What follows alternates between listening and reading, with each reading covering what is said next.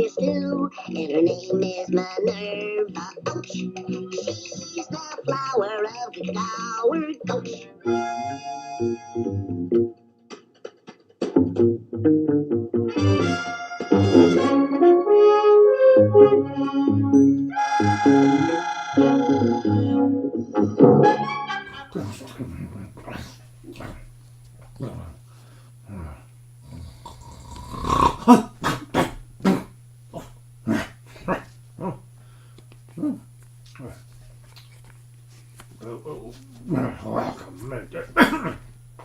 Welcome to the show.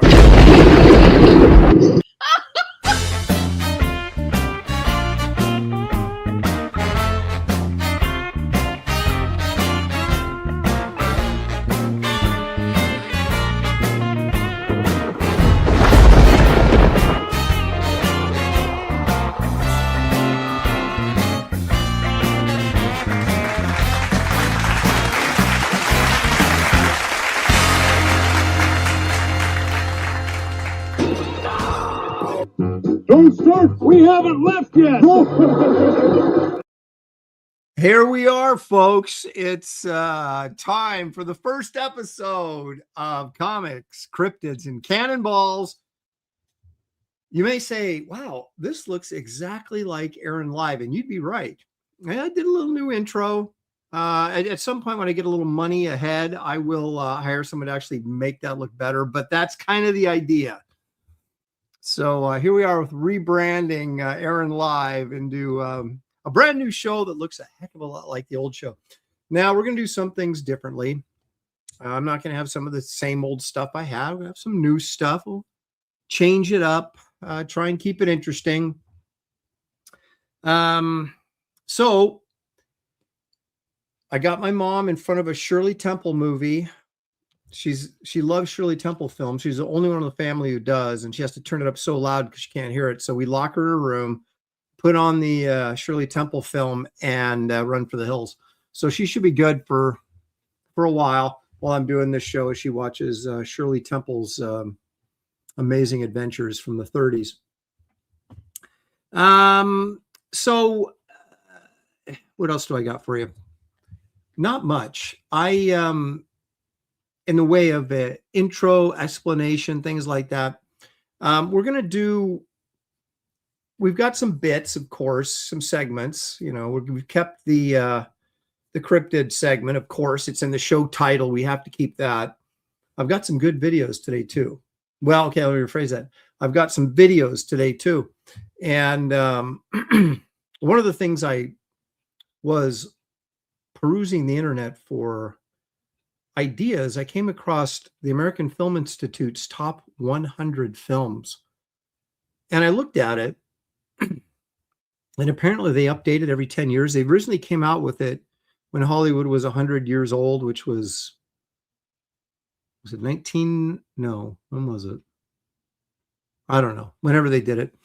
And now, like, I think they redo it every 10 years, so it's upgraded and downgraded. So it's interesting now to take a look at their top 100, because there's some films in there that weren't in the original 100 list that maybe have moved in and knocked somebody back or knocked somebody completely out. So, we'll take a look at that. We're obviously not going to look at all 100 films today, but we're going to start a series of doing this because I think it's interesting. And film, I think, fits into that same pop culture category, obviously, as comics. A little bit more expensive, a little bit more higher end entertainment, but yet still into that category.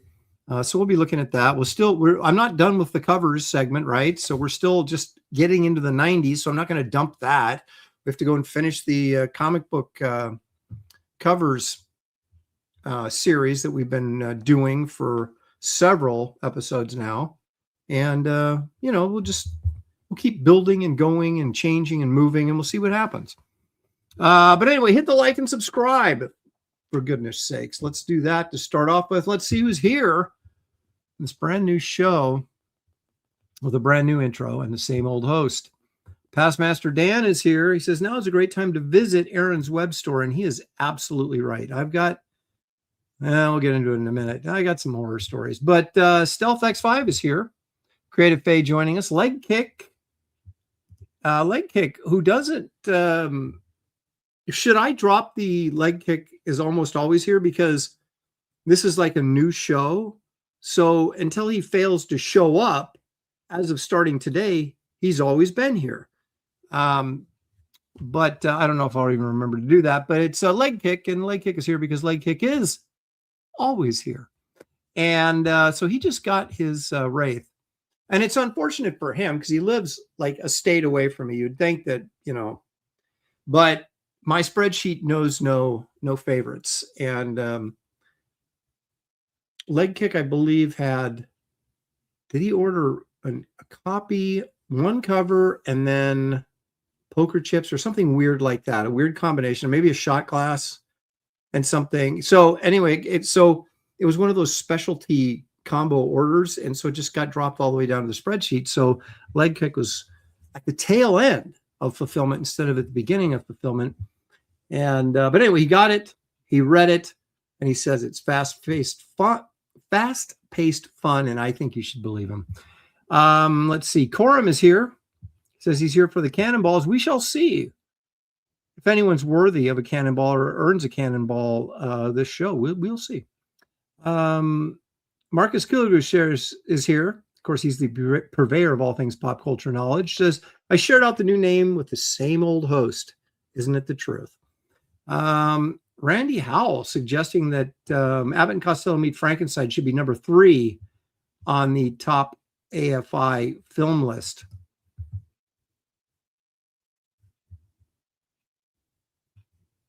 I'm thinking about it. What the heck? There it is. Randy Howell gets under my skin before anybody else and takes the very first. And that is a long cannonball shot because, of course, Randy Howell is all the way from Canada.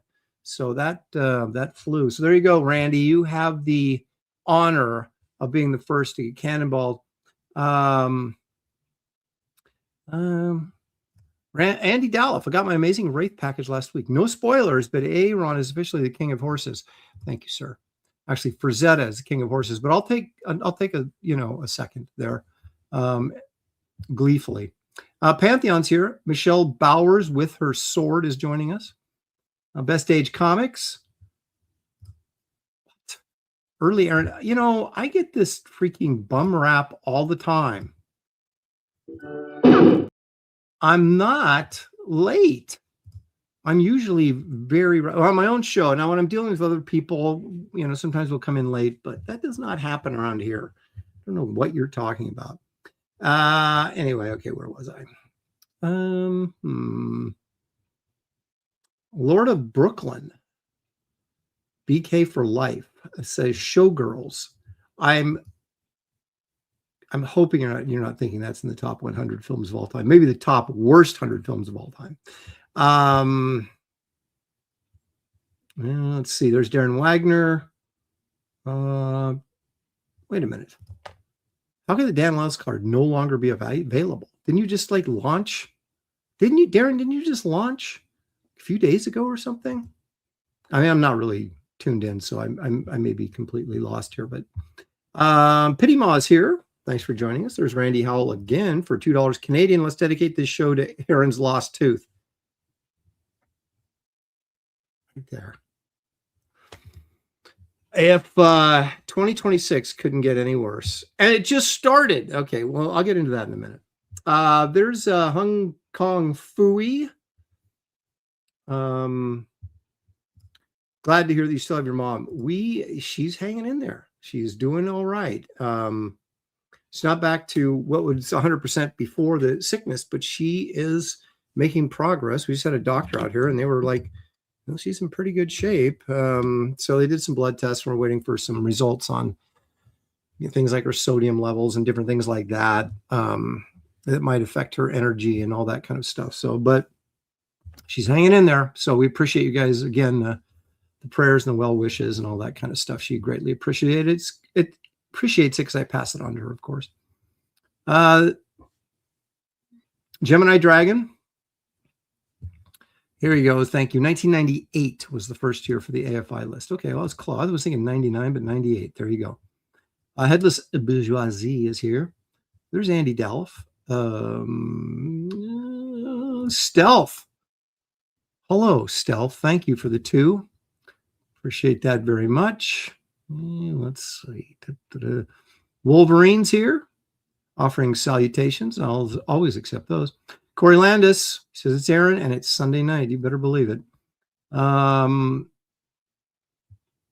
The penalty of high-end backing. That's true. It takes, when you get a lot of orders, I assume that's what you mean, Ronan, is that it takes a while to get them out, especially when you're a one-man show. And my crew of helpers has not been in the best of health since we started fulfilling. So it's been a little bit slower than normal. So I apologize for that. Matthew Muma is here. There's Major Corn Dog looking for a launch date. Oh, we'll talk about that a little bit here later. People are congratulating Randy Howell for getting the first Cannonball. Is that something you should be proud of? I don't know. Maybe badge of honor, something like that. There's Tim F. Let's see. Oh, I see. It was a 24-hour card. Dan Lawless's card was only available for 24 hours. You got to be fast.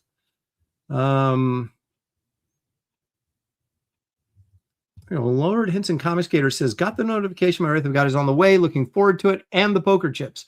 I'm so glad that I actually got your order out. It has been, we blasted through like the first 800 or 900 orders, right? And there's like 1,200 and some total. And it was those last 300 to 400 that were just slow as molasses because they were just, again, like 5 people ordered this, 3 people ordered that, 1 person ordered this. And so it was really hard to get in any kind of rhythm. But I think overall, having it done on a spreadsheet that I had Critical Blast do really helped make it easier and more efficient. Although I still have made some mistakes, and people, of course, have emailed me and said, hey, Aaron, you sent me the wrong book. And then I'm like, okay. And then I send them the right book because that's what we do around here at, you can see the sign back there behind my little Christmas tree in the skull, Empire Comics. That's what we do around here. So we believe in customer service. So we do what we can to keep you guys happy.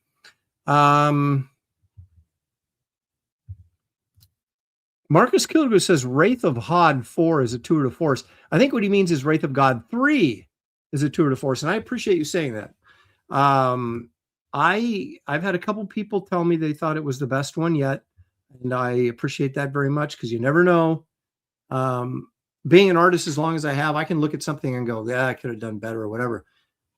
As a writer, you think you got it, but maybe you don't. And it all depends on your guys' reaction. And so far, the reaction has been really, really positive. So I'm very thankful and grateful for that and to you guys that have supported the campaign and spoken out on social media, because that's always very helpful.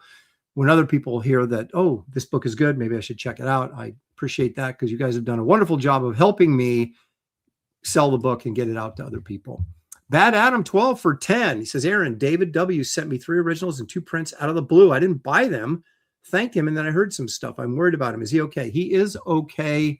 He is frustrated with the work for hire model that he's been wrapped up in for decades and looking for other ways to make a living. So it's not, he still will be working on Barbaric Adventures and all that stuff associated with me, but he really wants to do his own thing regardless of what that might manifest itself as. But he's going to be around, and he'll obviously be on Graybeards and doing commissions, probably doing covers when he gets the opportunity, and trying to get some of his own projects rolling. So we've talked, illustrated books, things like that, different things outside of the sphere of comics, because to some people, creators, some people, comics are the end all. It's like, I remember talking to Ron Randall when I was in the studio with him back in the 90s, Studio Source, and he said, if I can just retire drawing comics, I'll be happy.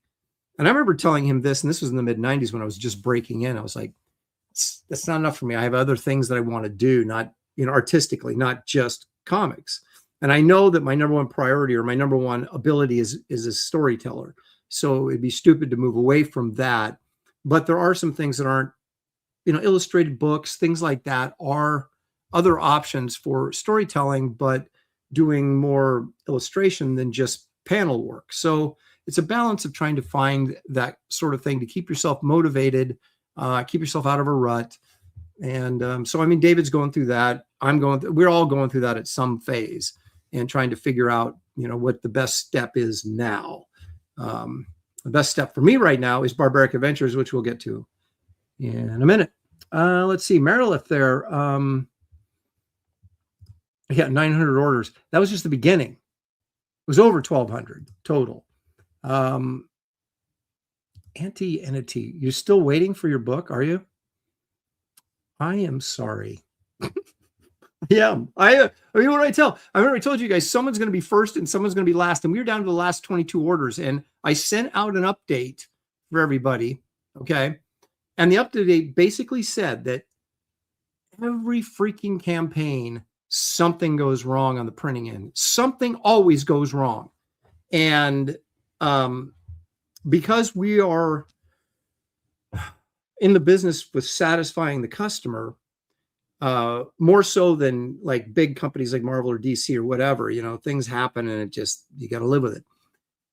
That's unacceptable. I got shorted 65 copies of cover D, which was that great painted cover by Chris Stevens. So, and I didn't realize it until I got down to my last 40 copies. And I was like, wait a minute. I was out there looking for another box of them and there wasn't. And I was like, this can't be right because this is not enough. And so then I did some number counting and realized I got shorted 65 copies. So I contacted the printer and said, I don't have enough copies of cover D to fulfill the people that wanted those D covers. So we got it all taken care of. They have, shall we say, they have recouped the missing 65, and they'll be shipping to me on Wednesday of this coming week. So what that means is, so I shipped out everything I could until I ran out of cover Ds, and I shipped out every order that didn't have a cover D. So all that's left, and some of these are big orders, and I appreciate you guys supporting at such a high level, and I'm sorry that I'm making you wait a little bit longer, but I didn't have the books. And so I will have the books hopefully in about a week. And then I know they'll be shipped to me on Wednesday. That was the promise that was made to me. So it depends on how long it takes them to get here. But, one box of 60 books shouldn't, it's not like a pallet of, 2,500 books. It should, I would assume it'd get here in a few days. So anyway, then I will, like a crazy person, get those last 22 orders filled that day. And then all the rest of them be shipped out. So those of you that were at the tail end of the spreadsheet, and my apologies, that was just totally random, are still waiting. The last 22 of you are still waiting for a notification if you had a cover D. And so that is kind of your Wraith of God 3 update. That's what happened to me. And it's always something. And I can get stressed out and freak out about stuff, or you can just solve the problem and deal with it the best you can. So everybody's going to get their stuff. Everybody's going to get what they ordered. It's just those last 22 of you that had a cover D are waiting another week till my supply of D covers comes in. So, and I hate to do that. I hate to say that, but there's very little I can do about it. So, but anyway, thank you for your patience, and you will get your books. And like I always make sure you guys get your books. And sometimes it's faster, sometimes it's not as fast. But let's see. My Wraith of Everything arrives safely. Great. In Canada too. That's always good. Thank you for the $2, Randy. Appreciate that. There's Rand Arrington. Headless Bourgeoisie. I must be at the bottom of that spreadsheet. Why do I think? Well, if you haven't got an email notice, then it hasn't been mailed out. But I thought yours was mailed out. I could be mistaken though. Yeah. So anyway, there's your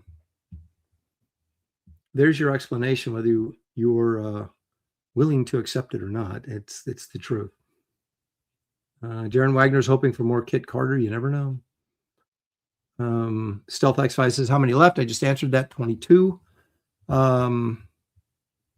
So if you didn't order a cover D and you haven't got an email notification yet, which I did accidentally skip somebody, and they said, hey, I don't have a cover D and I haven't got any email notification. I went down and checked, and I had marked their shipment off as shipped.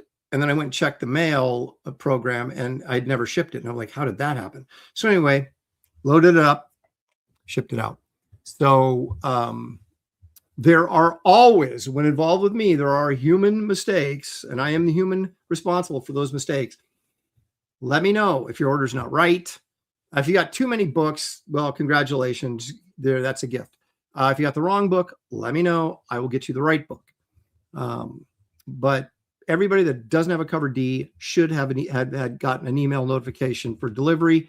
If you don't have a cover D and you haven't had an email, shoot me a message and I'll check. And because I can't believe I would have skipped that many people, but it can happen. So.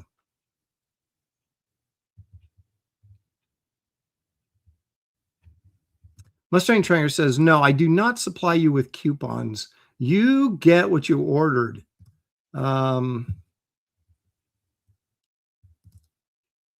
Well, David has to finish his Barbaric Adventure story first before he does his next thing. So hang in there.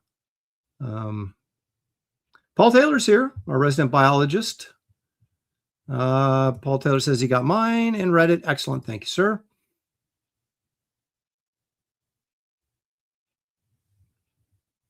Let's see. There's who else we got in here? Brian D99. Just got my order. Thanks, Aaron. Thank you. I remember sending that one out. Anti-Entity saying, I'm not complaining, just making it known that I'm being patient. And I appreciate that patience. I got lucky because I ordered the D cover. So are you being sarcastic that you're waiting for the D, or do you one of the ones that got the D before I ran out of the D? I'm not going to read that. Let's see here.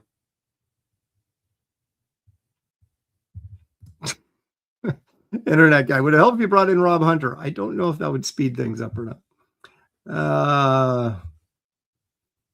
Pity Ma got hers, binge read all 3, love the story, hope Wraith of 4 is on the horizon. It is. It's just a matter of, I might do Barbaric Adventures and one other thing before I go to Wraith 4, but we shall see how it all plays out. Crowdfunding is, we're going to find out a lot about where the state of crowdfunding is in 2026. And that's going to make a determination, I think, on a lot of guys and what they do going forward. Travis Perrick got his. Thank you, Travis. Appreciate that. Let's see here. There's David Williams. Not even leaving a little doubt. Don't hold your breath for my IP.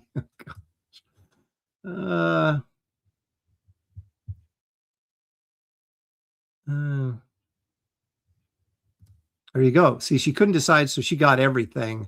And that means there's a cover D in there, and that is got stuck. And see, I hate that. I hate that you guys bought like big, huge orders, and you're the ones that have to wait the longest. But at least it comes in a big box usually, so that's something. Mustang Trainer for 5. Thank you. I forgot to email you about signing coveted.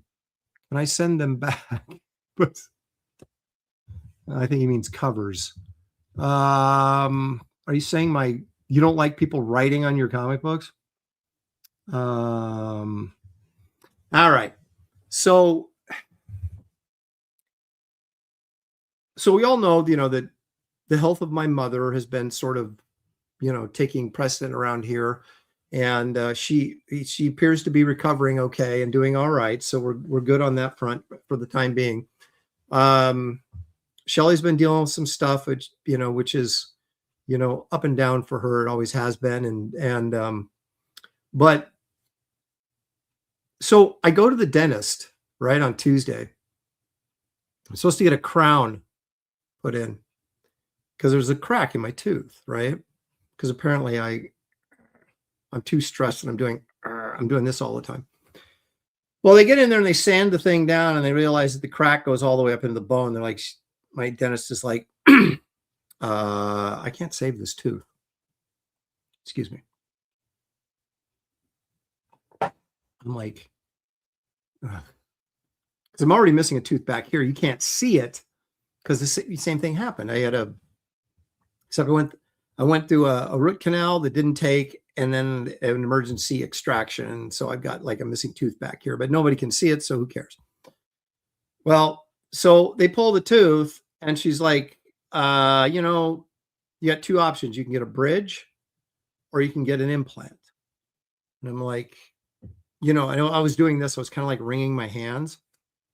And she thought like I was really stressed out. She goes, no, this is completely, you won't feel a thing. We'll numb you up and blah, blah. I go, I'm not worried about the pain. I said, I'm worried about how much this is going to cost me. So she's like, oh. And so they sent in the lady that, gives you the bad news. I mean, the really bad news. So to get a bridge, it was $5,600. I'm like, okay, should I get a bridge or a new car? I mean, are you kidding me? And then the implant was like $7,600. And I went, are you kidding me? I mean, I was like strangling this. No, I wasn't. But but they ran a discount. So I'm getting the implant for $5,000, $5,000 for a freaking tooth. Well, as you can see, it's missing right there. And it's kind of an important tooth for like chewing and stuff. And for when you smile and go, hey, how you doing? It was like, so I made the decision there. I had to do it in the office. I'm like, okay, go ahead and do the implant. I'll steal the money or something. And so now I'm kind of wishing I hadn't. I just said, I could live with it, but it's too late now. They put the post in, they drilled into my skull. I mean, it was just craziness. But anyway, so that's 2026, right? Then yesterday I go get the mail. I got nailed. One of those automatic cameras going through a intersection. If you're approaching the intersection, the light turns yellow. You're like, oh, should I stop? And you're afraid you're going to screech. And so you try to go through, but you're not going fast enough. So you don't make it. That camera goes off. Busted. And I thought, oh, great. All right, fine. And then there's another envelope sitting there. I opened that up. It's another one. I did it twice this month. I went through an intersection and got nailed. I don't care. From now on, I am screeching to a halt. I don't care if there's a massive pileup behind me. I am not going through the intersection. So I got to pay 2 freaking tickets running red lights. What? And I'm halfway through the January 2026. Are you freaking kidding me? So when I start, my light just went out.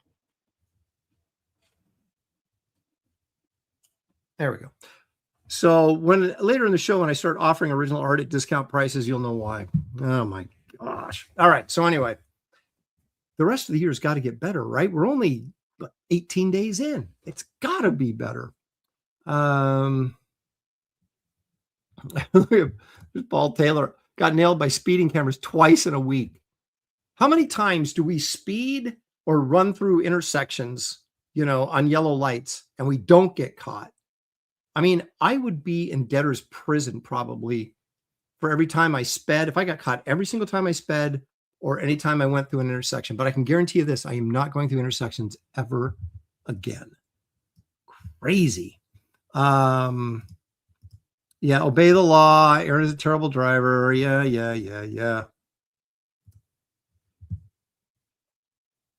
The first one was 165. The second one was 265. I was like, is it because I just got nailed twice? They upped it's just like, are you kidding me?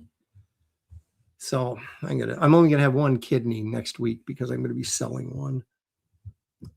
Well, what you hope is, like, I was driving my wife's car and I thought it was registered in her name. So they basically would have a picture of me driving her car saying, Shelley Lopresti, you ran this red light and blah, blah, blah. And you can get out of it and go, oh, it's not me.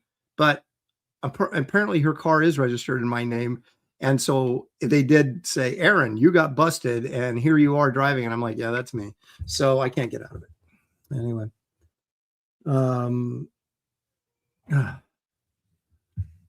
Here we go. The Japanese have invented a new way to grow teeth.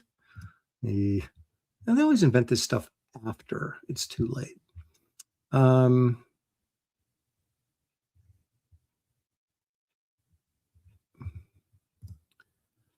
If it actually ever happens, I'll consider it. I don't even know where it's at.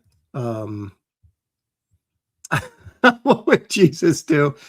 Jesus would never commit a crime. And I didn't knowingly, it's not like I said, screw you guys, I'm going through. You're in that gray zone where you're like, do I, and then you panic and you hit the gas and then you can't get through in time and then you get busted. So there was no intent. Oh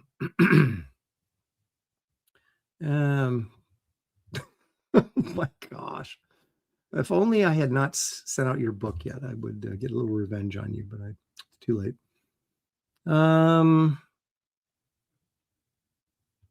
Let's see. Heteros Bourgeoisie says you're expected North Carolina to drive crazy. Again, I would like to clarify, I was not driving crazy. When you're like hitting the other crosswalk on the other side of the intersection and the light turns yellow or red, you should not be getting ticketed for running a red. And yet that's what happened to me twice. Almost made it, but not quite. All right, enough of that. So that's your Wraith of God 3 update on the shipping. 22 more orders to go. They will all go out as soon as I get those replacement copies. But now let's talk about the next project. They'll be launching in February. I don't have a specific date yet. I'm going to promise I'm getting that early sign up out and finished and put up this week. So it's called Barbaric Adventures. And you guys most of you have already seen this page. This is page 1 of the story I'll be doing. David Williams will be doing a story as well as Dan Lawless. I've seen Dan Lawless's couple of his pages. Very nice. So this will be also gray toned. I don't know if I'm going to do ink wash or if I'm going to do it digitally. I may do the entire story in black and white and then decide what I'm going to do in terms of ink wash. But anyway, that's page 1. Look at the little vines and stuff around the edges. Putting that little extra effort in, a little Barry Smith extra in this. So because I'm in competition here with 2 other very talented artists. And I want to make sure that my story is, well, let's face it, is the best. So now I also did this. This is page 2. And this is a pretty detailed blue line. Look at that, Primal Zone, the Alpha Gauntlet. That sounds pretty cool, doesn't it? So anyway, most of the pages are going to be kind of done like this, and I'll light table this up and clean it up. And you can see the border here is a spear, and then we got more vines and stuff around. So I'll be doing that the whole story, make it a little bit more ornate. So yeah, so she's drinking out of the water, and this big old whatever dinosaur comes splashing out of there with the intent on consuming her. This is all you're going to get to see because I don't want to show you the whole story before you actually get it. But anyway, so I'm working on that. Let's be looking out for that sign-up page. Of course, I will announce it when it's up, but I should have it up this week. I will have it up this week. There you go. Pity Moss says, oh, dinosaurs. Yes, I hope magazine size. It is indeed magazine size.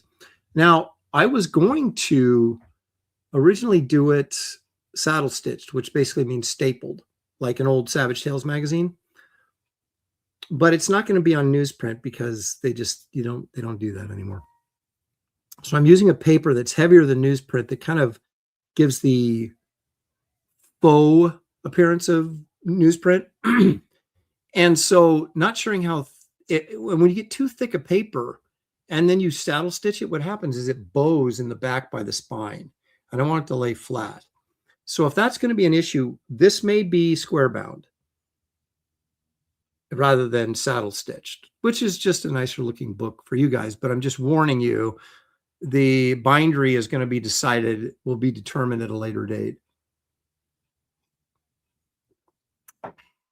But it will be black and white, and all the stories, David, mine, and Dan's will be ink washed or grayscaled, or however we end up, each of us determines to do that. Then we'll have 4 painted covers, one by each of us and a guest artist that's already done. And I may do one of those big box things where, because there's going to be a mini print by me that'll be available. And then also, but if you buy the big box, it'll be the only way you can get maybe this extra cover. And I will be talking to a very high profile guest artist to perhaps be contributing to that, to put it in this box. And the only way you can get it is to get it in the box, kind of thing. So we'll, I'm playing around with some ideas. I'm guessing it'll be closer to the end of February than the beginning of February when we launch it. In fact, I can guarantee it will be. But like I said, I want to get all of Wraith of God 3 out of the way into your guys' hands before I start going, hey, back this new project. Okay, that's just how I roll.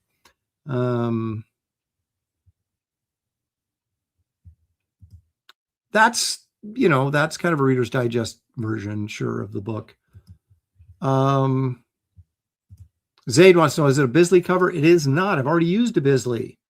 The only guy I've used twice is Chris Stevens, because Chris was originally going to do a Wraith of God cover for me, and then he couldn't do it because of scheduling. So I had him do Kit Carter instead. But then he came back and said, but I really wanted to do that Wraith cover. And I went, okay. And so then I had Chris do the Wraith cover, which was freaking awesome, obviously. And so he's the only one I've used twice. And I want to avoid using the same guys twice, because I think it's fun for you guys to, and that's the other reason why I usually don't use other Comicsgate creators to do the covers, because you get a Graham Nolan cover when you get a Graham Nolan book. You get Andy Smith, you get Art Tiberi, you get all these guys who do great work, but you're seeing it all the time on their projects. So it's like, I want to bring someone in on my project that you're not getting a chance to see, and at least over here. And so that's kind of like when Graham brought Kelly Jones in to do a cover for Ghosts of Matacumba Key. You know, Kelly Jones, you know, that's something special. He had Michael Golden do his cover for Two-Fisted Manly Tales. That's something we're not seeing over here. So that that's my model. So that's why I approach that the way I do. And Dino, what am I going to do with you, man? Paul Taylor for 10. Thank you. He says, if you really want your projects to stand out, do them in color. This is why human beings see in color, so we can appreciate the complexities of the visual spectrum. Well, Paul, every single project that I have done has been in color. And I think that just once in a while, maybe just once in a lifetime, you should be able to do a black and white book, heavy on the line detail, that's not going to get obscured by coloring. So you can just enjoy the mastery of the black and white. That's what I'm offering up here on Barbaric Tales. And I think you just need to adjust your attitude and you'll see things like I do.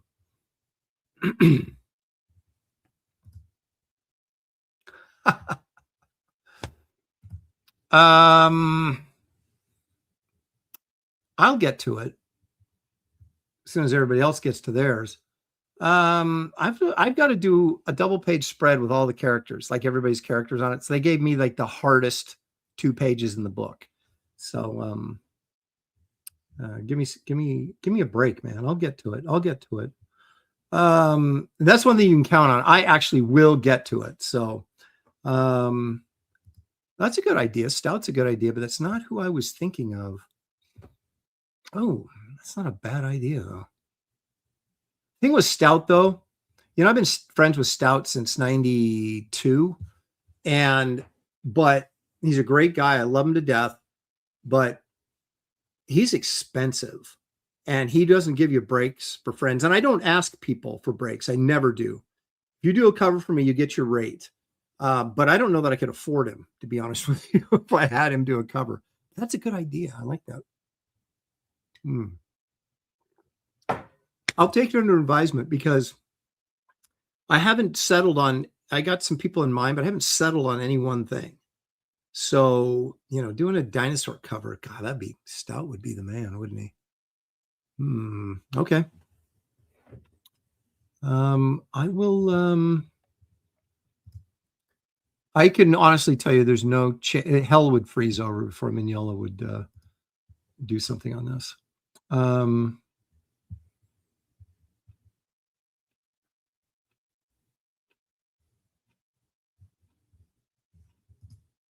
I don't know. I don't know about George, but Neil, AI in the style of Neil, I will never, ever do an AI cover. I can tell you that right now. Okay. So anyway, that's Wraith of God update. That's Barbaric Tales, a little preview. Got to see a little bit of artwork that nobody else, the people that don't watch this show, didn't get to see it. Of course, I'll probably show it on Graybeards too. But other than that,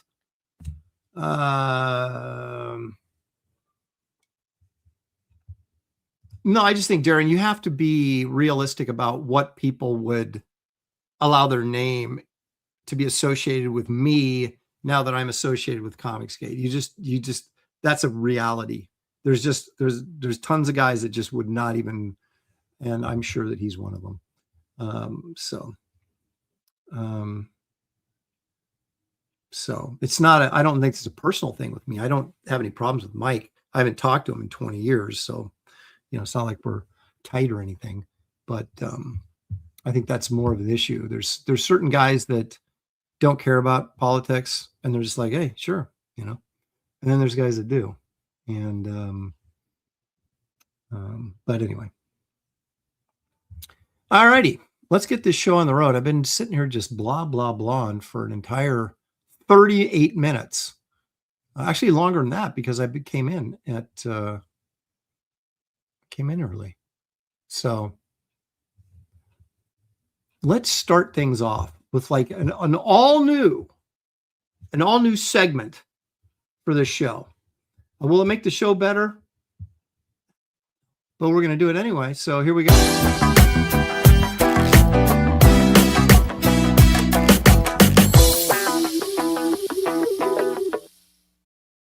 Yeah, that's right. This week's expensive comic, or it could have been the expensive comic of the week, either or, I suppose. So what we're going to do is every week we're going to pick out a comic book from the collecting world that is just like really expensive and kind of break it down a little bit. Now I think we should start at the top, right? And then kind of, work our way down. I'm sure many of you heard about this, but did you know the story behind it? This is right. This is formerly Nick Cage's copy of Action Comics #1, 9.0, sold for $15 million, which is a record for any collectible, not just a comic book, but any collectible. And let's read a little bit here with our friends over at Comic Connect. Of course, is owned by my friends over at Metropolis Comics. And let's see what they got to say here. Here we go. High grade and extremely rare copy of Action Comics #1, which introduced the world of Superman, has been sold to a collector for a record 15,150,000,000 times its 10-cent cover price in 1938. The private sale was negotiated on behalf of an anonymous owner by Metropolis Comics in New York. I've actually been to Metropolis. I've toured their building. They don't have a store. It's not like you can just walk in there and buy comics. You go in there. Terry Dotson and I hooked up Vince, who runs the place. Vincent, I guess I should say more formally, runs the place. Contacted him. He let us. We went down there and he showed us around, and it's awesome, really cool. Anyway, they negotiated the sale. Now, the previous high was Superman 1, which sold in November for $9.1 million, a high-grade copy. I can't remember if that had to have been like a 9.2, right? I can't remember, but that's not what we're reviewing right now anyway. But so anyway, that was the previous record in November. It's also the first time that a comic book has topped the most expensive baseball card ever. Mickey Mantle's 1952 rookie card, which last sold for $12.6 million. If you can freaking believe that. Wow. Okay. I always thought it was like Honus Wagner's card that was most expensive, but apparently Mickey Mantle's rookie card, $12.6 million. Judas Priest. In addition to being the highest graded copy at a 9.0 out of 10 by CGC, this copy has the distinction of once being owned by actor Nicolas Cage, stolen from him, and then recovered 11 years later. So it has this nice little story behind it as well. Now, it became the most expensive comic ever sold in 1992 when it was bought at auction at Sotheby's for $82,000. Cage bought that book for $82,000 in 1992. And I remember when that sale happened. So this book has gone from $82,000 in 1992 to $15 million, 30 years later. Unfreaking believable. And then Cage sold it in 1996. I'm sorry. Metropolis Comic Connect would sell the book to Cage in 1996 for $150,000. So apparently, did Metropolis buy it for $82,000 in 92, then sold it to Cage in 1996 for $150,000. So they doubled their money in 4 years. Now, the comic was stolen from Cage's home in January of 2000 during a party. What are you passing it around? 11 years later, it turned up in a storage unit in California and was covered by Stephen Fisher, CEO of Metropolis Comic Connect, with the help of the Los Angeles police. It was returned to Cage, who 6 months later sold it at Comic Connect auction for $2.2 million. Man. And here's the irony, Fischler. During that 11-year period, it skyrocketed in value. The thief made Nicolas Cage a lot of money by stealing it.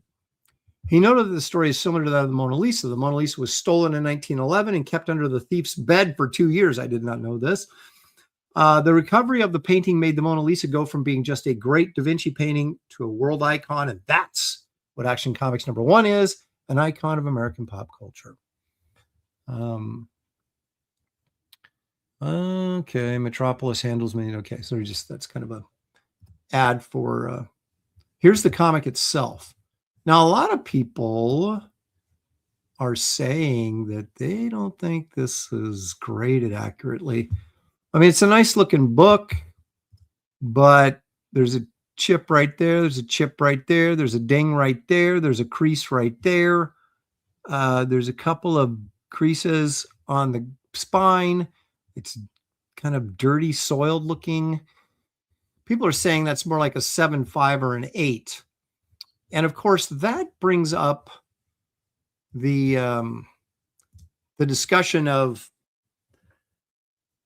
should CGC be grading comic books that they're getting a percentage of the sales on? And that's what they do on expensive books like this. They take, I don't know what the percentage is, but they started doing this a few years ago because these books started selling for a ton of money. And they're going, well, it's because it's graded that it's selling for this much money. Well, so now suddenly you get a 9.0 on a book like this. And let's just say CGC takes 10%. I have no idea what it is. Let's just say they take 10% for easy math. They're getting $1.5 million on the sale of this book. So don't they then have incentive to grade these books higher so that they can return more money when they're sold? I'm just saying. I'm not saying that they're dishonest or anything like that, but I'm saying that incentive is there. And so you got to kind of question sometimes the ethics that might be involved in something like this. So it's definitely a conflict of interest. But here's one less side note to this. There is a nicer copy than this in existence that is known about. That is the Mile High copy. Now, those of you who don't know, the Mile High collection, a very famous collection of Golden Age books, was uncovered in 70, 71, somewhere in that neighborhood. A guy named Edgar Church, who was a commercial artist during the Golden Age of illustration in the 40s and 30s and 40s. And back in the day, what we used to do as illustrators is you'd create a swipe file, right? So if you saw a magazine with, say, men's clothing, you're like, okay, I may need that. So you'd cut out the pages and put them in a file folder that said men's clothing. Oh, there's a picture of a tank. I may need that, or some guns. And so you cut those out of the magazine, put them in this file under guns and tanks. And so this is obviously way, way before the internet. And so if you needed reference, you would go to your file cabinet, pull out something out of your swipe file. So Church saw these comic books coming out and they were a new thing.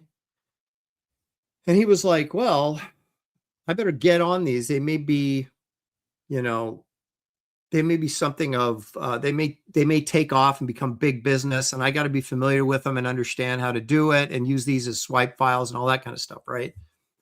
Well, thank God, he never got around to cutting up the comics, but he bought not everything, but he bought a lot.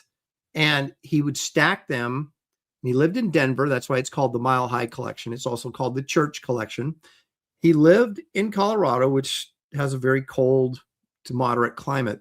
And he had these things stored in his basement in not a filing cabinet, but like a closet, one of those portable closet things. And he just would buy them and stack them in there and never touched them, never got around to using them, right? So then in the late 60s, early 70s, I'm sure he was an old man and he was like, I want to get rid of these. So he contacted some guys that later formed Mile High Comics and said, hey, I got this collection. I believe the asking price was either $2,000 or $2,500. I want to think it was $2,500. He goes, it's non-negotiable, $2,500. So they drove out to see the thing, and then they almost crapped their pants when they saw the collection that he had. It was, Super Action Comics #1, near mint condition. All these books, I don't think any of the Church collection is lower than a 7.5, but most of them are 9.2s, 9.4s, 9.6s. I mean, just incredible. And they just haven't been touched for, decades. So they all had white, like most of them had white pages, perfect condition. And so they called up some buddies of theirs that had more money, and they combined and bought this whole collection, bagged and boarded it, and then started selling it off as the Mile High Collection or the Edgar Church Collection. And of course, those books are still floating around. Now, all of that to say this. Doggone it, I keep turning that light off accidentally. All right. Somebody owns the Mile High comic of Action Comics #1. Now, his name is not out there. I don't know who it is. It's he wants to rename. He doesn't want his name out there that he owns this, but he owns it. And there are some people like Vincent at Metropolis knows who it is and has seen the book. And those who have seen this copy, this Mile High copy of Action Comics #1, say, there it is, Rosansky. That's the guy. Yes. I don't know if he showed up in a dress, but Rosansky was one of the guys. And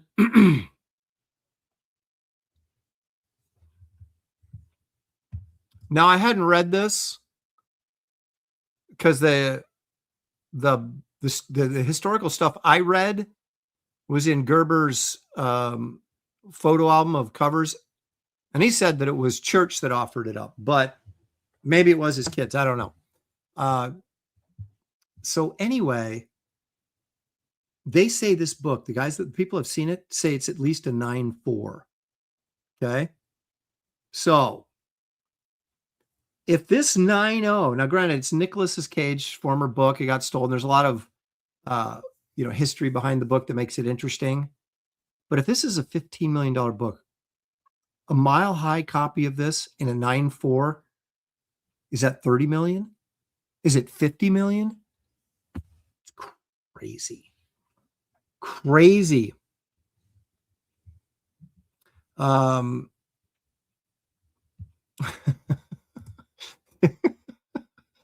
buy 9.2s all the time. So anyway, there you go. That's the story as I've been told by people who know that there is the Church copy, the Mile High copy is a 9.4 and sitting in this dude's safe, whoever owns it. And if that ever went to auction, which someday it will, the guy's going to pass away or he's going to you know, it's going to, you know, change hands or whatever, probably as a private sale, would be my guess. But can you imagine? Could you imagine?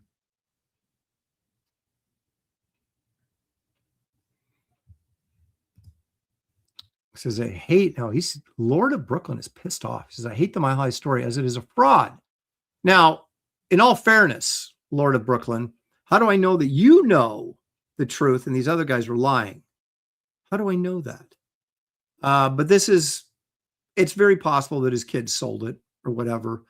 You know, you're right. I only know this story from Mile High's side of it, what they've told. Of course, there's always two sides to every story.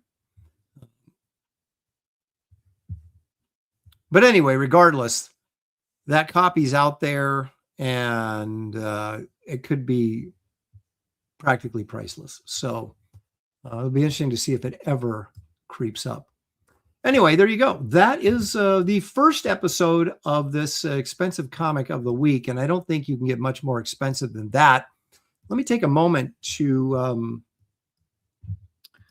have you guys go over to, not right this second, but at some point you'll find a link in the description of this video that'll take you to my website. So if you're like behind on your reading and you want to see, well, what has Aaron got book-wise? You just click on the old drop-down menu of books, and you got the Wraith of God second printing, Wraith of God Blood Hunters. That's Wraith of God 2. That's the first printing. Multiple covers. I'm running out of these. I sold a lot of them on this last campaign. But I do still have everything posted on this page. I still have in stock, although the numbers are dwindling. Kit Carter sketchbook. I still have a couple of Kit Carter hardcovers along with a fair amount of Kit Carter soft covers. Still have some Garbage Men left. Power Cubed. So if you like Wraith of God, chances are you will like this other stuff that I've done as well. And so, gosh darn it, you should check it out. And let me say this. I just got a book returned to me for a bad address. And here's the problem. It's a Kit Carter book, okay?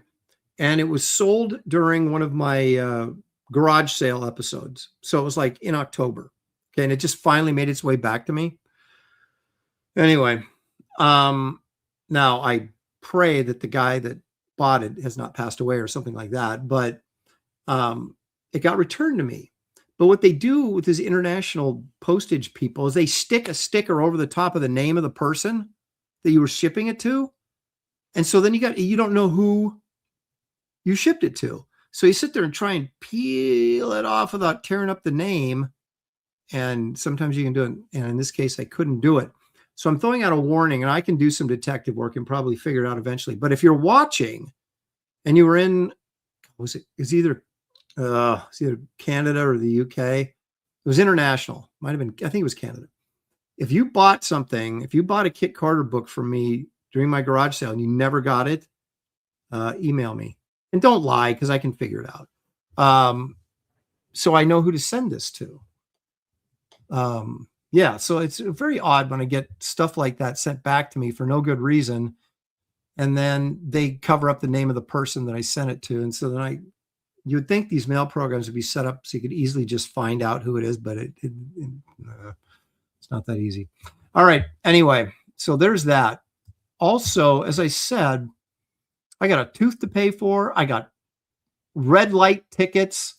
So I'm seriously considering about, I'm going to do it right now. Let's just do it right now. I have a bunch of artwork for sale. I'm going to discount. Do we have a problem in the chat with somebody? Somebody want to boot Kirante, one of my mods. I don't know what he's doing, but I think he's just, it's just spamming us. Okay. So what I'm going to do is I'm going to go through, I'm going to show you some pieces of artwork And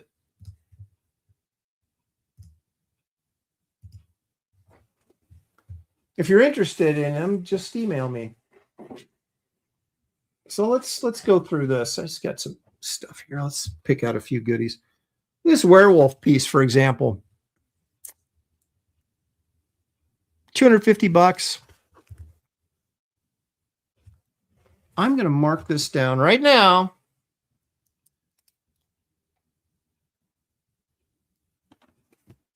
To $175. You interested in this werewolf piece for $175? Dirt cheap. Email me. Of course, that includes shipping. Look at this. Look at that. That acrylic painting of Red Sonja, baby, $400. I'm offering it up for $300. I'm going to write that on there right there. So if you're interested in that Red Sonja piece for $300 instead of $400, contact me. We'll make a deal.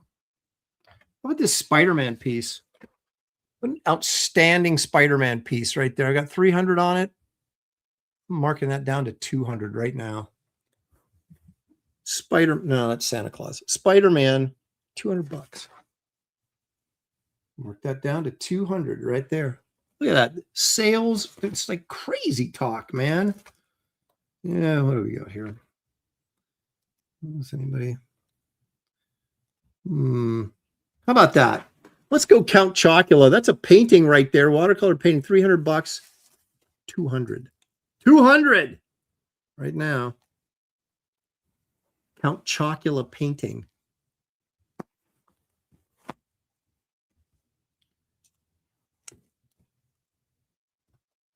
Sugar Bear, $250. Look at that Sugar Bear. This is done on Graybeards. I'm crazy. I know. $150 for a watercolor. $150 for Sugar Bear. These are all 9x12, by the way. And you still have to pay for shipping. What else do I got in here that I'm willing to mark down right now?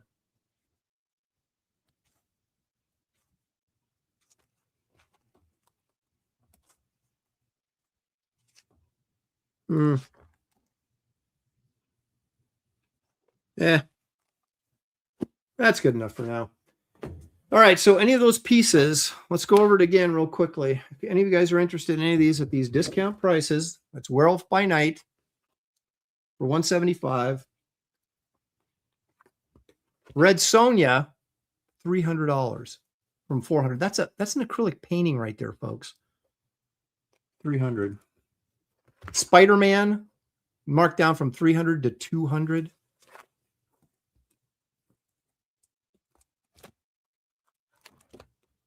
Count Chocula, marked down from $300 to $200. That is a watercolor painting. Sugar Bear, down to $150 from $250. That's $100 off. Crazy talk is what that is. All right, there you go. If you're interested in any of those, you can email me at aaron@aaronlopresti.com, or you can message me, or,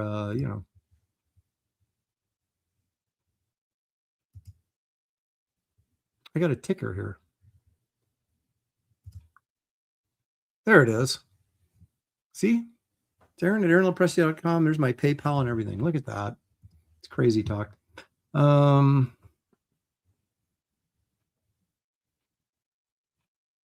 Chocula, Frankenberry, and Blueberry. Yes, Paul, I drew all of those in color. I sold the Blueberry, I sold the Frankenberry, but Count Chocula still remains.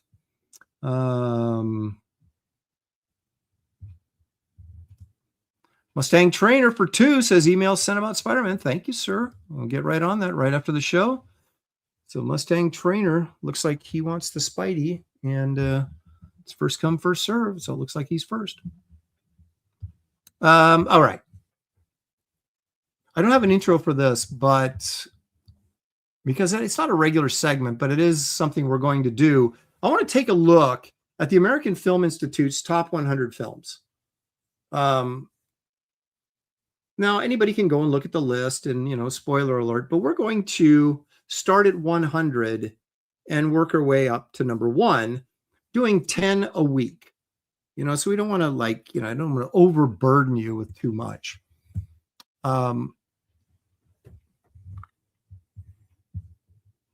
Hmm. Hmm. Hmm. So coming in at 100 on this list, and has dropped significantly, like I think 20 spots from the original list, which is remarkable to me. But at least it's still in the top 100. And that is, of course, the classic Ben-Hur, directed by William Wyler, who also was a assistant director on the original silent version of Ben-Hur. Winner of 11 Academy Awards. I believe that is still the record.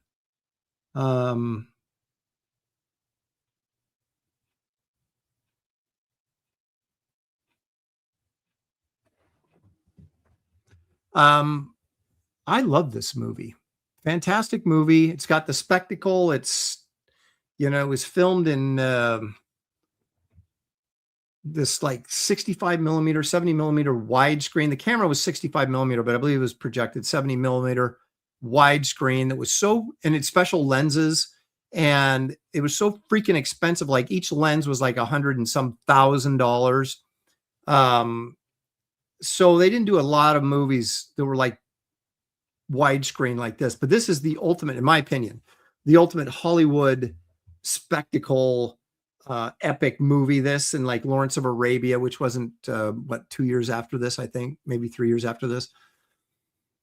In Portland, Oregon here, which used to be a fine town, but is no longer, they built a theater just to show this movie.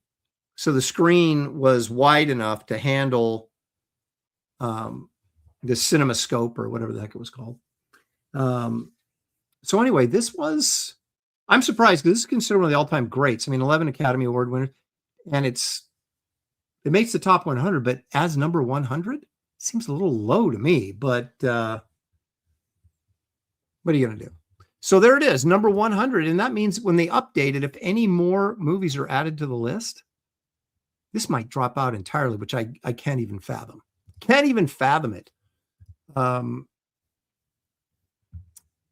that was number 100 now on the current list. Now, this was added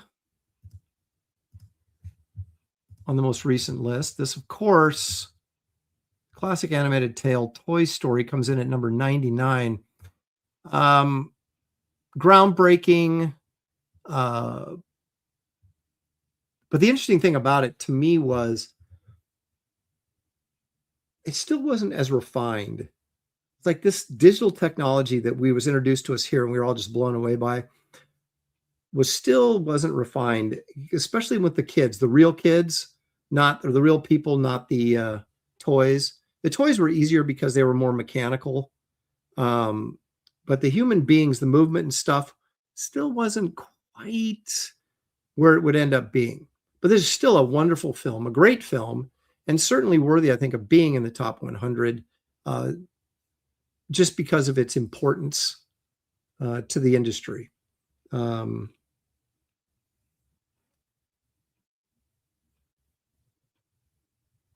So I wanted to, let's see.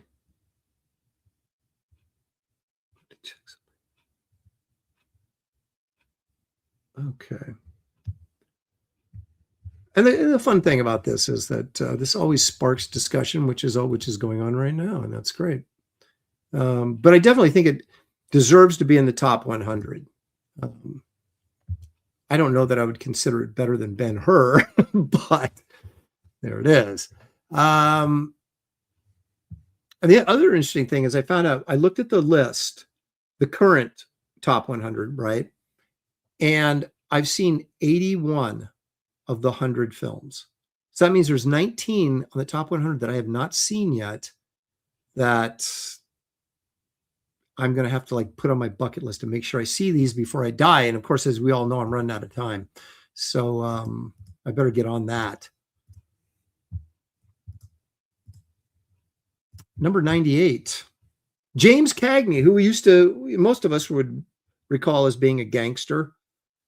was a song and dance man. And Yankee Doodle Dandy, the story of the life of George M. Cohen. This is a really good movie. And James Cagney, of course, won an Academy Award for Best Actor, just as Charlton Heston won Best Actor for Ben-Hur. So this was not only a top 100 film, but an Academy Award winning film. And I remember seeing this when I was young. My mom and I would always watch Saturday afternoons if I was home, doing nothing. And most little kids were back then.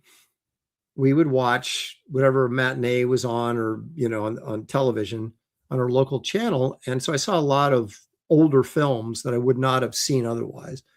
And I remember seeing this and I was going, I'm not a musical guy. I'm really not.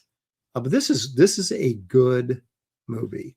And it's a musical in the sense that the musical numbers are on stage for the most part, and with him performing. So it's not like West Side Story or something, which I loathe, but that's a story for another time. I think musicals as dramas, but musicals as comedies or musicals as biopics, I think, or as fantasy films, I think work for me. But anyway, this is a really good film. You may not think it is, but I would recommend it. Great performance by James Cagney. Here we go. Now this is what we call revisionist history, but it's going to be a reaction to this. Number 97 is Blade Runner. Is this really one of the top 100 films of all time? Because when it came out, it did terrible at the box office. It was the critical reviews were mixed. So was it just ahead of its time? Has it just become cultishly popular to a point that people now look back on it differently because they feel they have to? Or is it really that great? It looks great. Don't get me wrong. It looks great. And it's a really interesting film. Top 100? I don't know. If I would go there or not. Now, I might put this movie poster in the top 100 category. Of course, this is by the late, great, for crying out loud. See? Old age. I'm telling you, man. Drew Struzan. Jeez. Glitch, this is a good point. And sometimes you have to look at movies like this because what did it mean to culture? What did it mean to the movie industry? What did it, what significance did it have beyond just the fact whether it was a good movie or not? And this certainly had an impact in that regard. So if you look at it from that standpoint, I would say it deserves to be in the top 100. And you might get away with it being deserving to be in the top 100 anyway. This was directed by what's his face, Ridley Scott. I think Alien is a better movie than this, but this might look better, and it might be more significant. Well, I don't know. Alien's pretty significant. I don't know. I have to check. I'm not sure if Alien's on this list or not, but we'll find out as we get there. Porky's better be on this list. I don't think so. God, that was a terrible film. I never could figure out why that movie was so popular. Because it wasn't even good. I mean, I get that it was, kind of a raunchy teen comedy, but it wasn't a good raunchy teen comedy. I feel the same way about Fast Times at Ridgemont High, which I do not think is a great movie. It has a few bits in it that are pretty funny, but I don't know. I just never hit with me.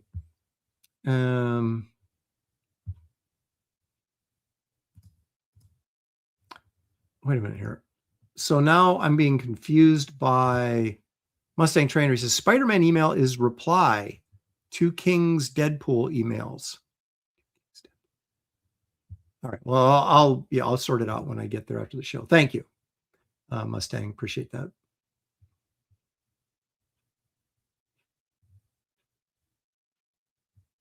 Real genius. Look at this. Okay. So anyway, I think that's a bit of it could be controversial, but I mean, the fact that it's 97, it's like, okay, I can do that. All right. Now this is one I have not seen. And why do I have that open? Okay.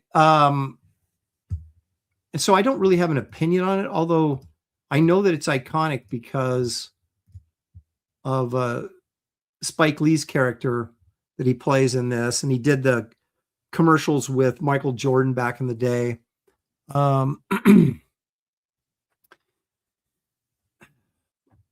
Like I said, I don't have an opinion on it because I have not seen it.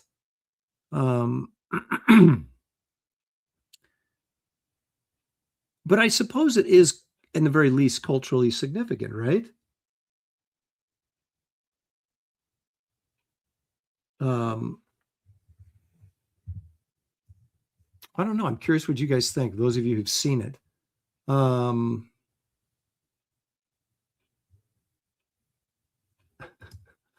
Drawing for Fun and Profit says, raunchy teen comedies don't work because teens are largely useless. It's true.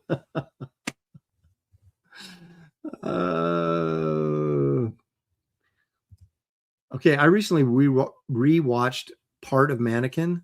And I remember watching, I was in film school when that came out, and me and a bunch of friends went and saw it. And we were like, it was kind of fun. It's okay. It's it's a total 80s film. It sucks. It's so bad. And I don't know what I was thinking when I watched it. I guess I was like 21 when I watched it. So maybe that I have a different opinion, but Mannequin blows.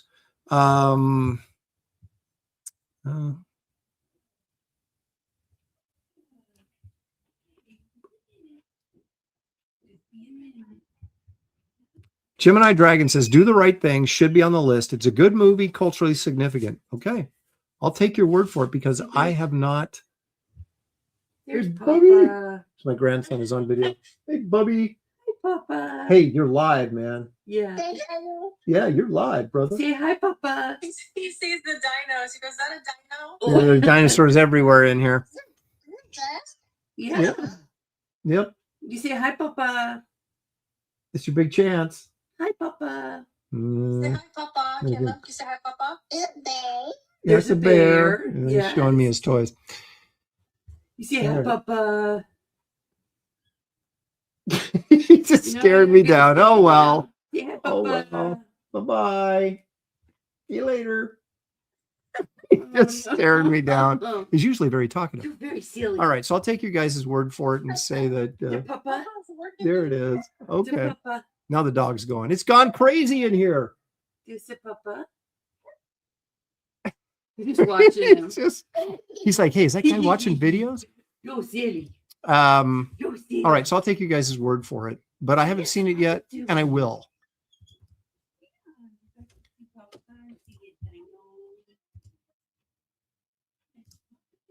Okay, at 90, where are we at? 96? Is this 96 or 95?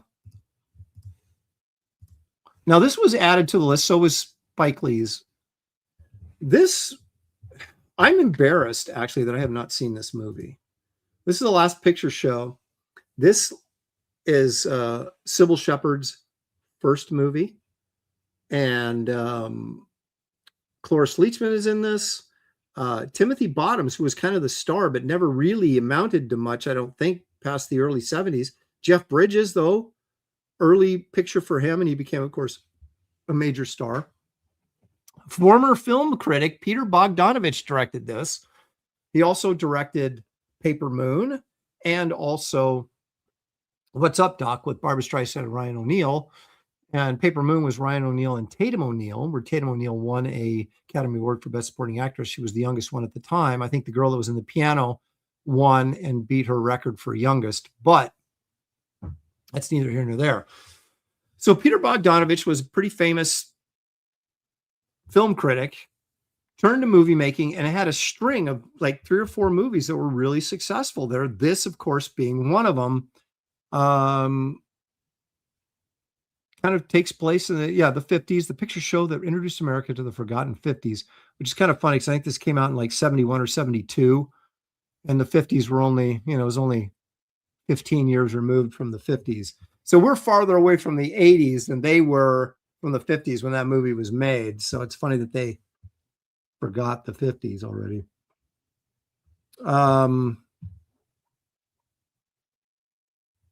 Best age comics. None of these movies are better than Ben-Hur. I would agree with that as well. But I haven't seen this, and I need to see this movie.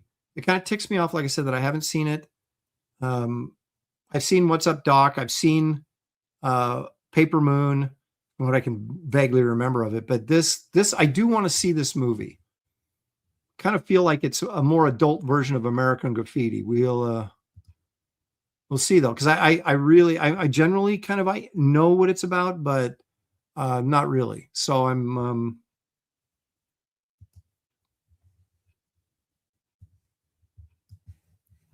okay. So that's 100, 99, 98, 97, 96, 90. That was 95. Now 94. Now this is an interesting one because I don't think I've seen this all the way through, but I feel like I've seen just about every scene in this movie separately at some point. I'm not a big Tarantino fan, and yet this, of course, is his landmark picture, love it or hate it. So here we are coming in at 94, and you would almost have to have a Tarantino film on here. I mean, this is culturally, filmically significant, what they might call a seminal film.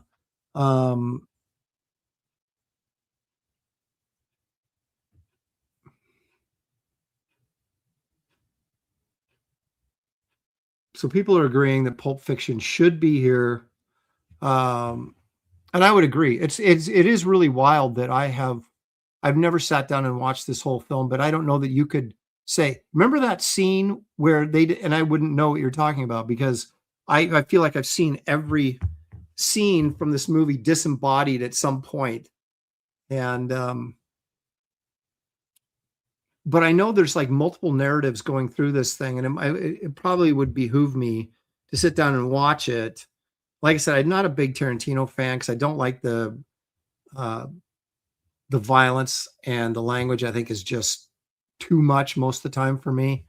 But I did love Once Upon a Time in America. Pardon me, Once Upon a Time in Hollywood. And I know a lot of people say that's his best film. And I can say it's my favorite film of his because it's the only one I think I've sat all the way through. This movie poster is also worth a fortune and faked a ton. So you have to be really careful if you're collecting movie poster.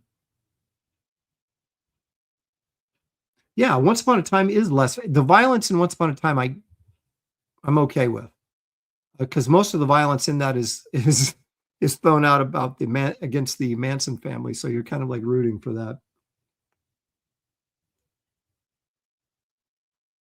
People still grousing about Ben-Hur being number 100. I would too. I would think Ben-Hur would be like up in like top 30, you would think. But again, it's interesting. Obviously, the people that picked the original 100 are not the same people that are updating this, right? And so cultural sensitivities and recency bias do take effect, because people, the farther you get away from something, it's like Larry Bird, right? If you're a basketball fan, the farther you get away from Larry Bird, the more you think, oh, he wasn't that good. Larry Bird was freaking awesome. He was one of the best players ever, if not the best player ever. So, but that's what happens with these films too. And so I don't know if you can ever get a real, top 100 list of anything without there being recency and cultural bias. So anyway, but we go forward with it anyway because it's fun. All right, so here we are at 93, I think, right? No, 92. 1, 2, 3, 4, 5, 6, 7, 8, 9, 10. Okay, so 1, 2, 3, 4, 5. So Last Picture Show was 94. Pulp Fiction was 93. This is 92. And this dropped as well. This was up in the 70s, I think, on the very first list.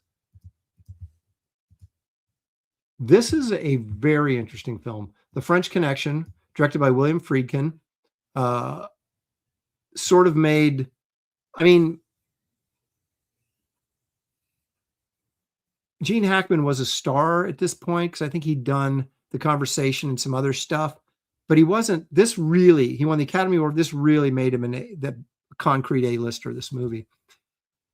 The interesting thing about this, Roy Scheider played his partner in this movie. And from what I read, in real life, this is based on the real life exploits of Popeye Doyle, this cop, that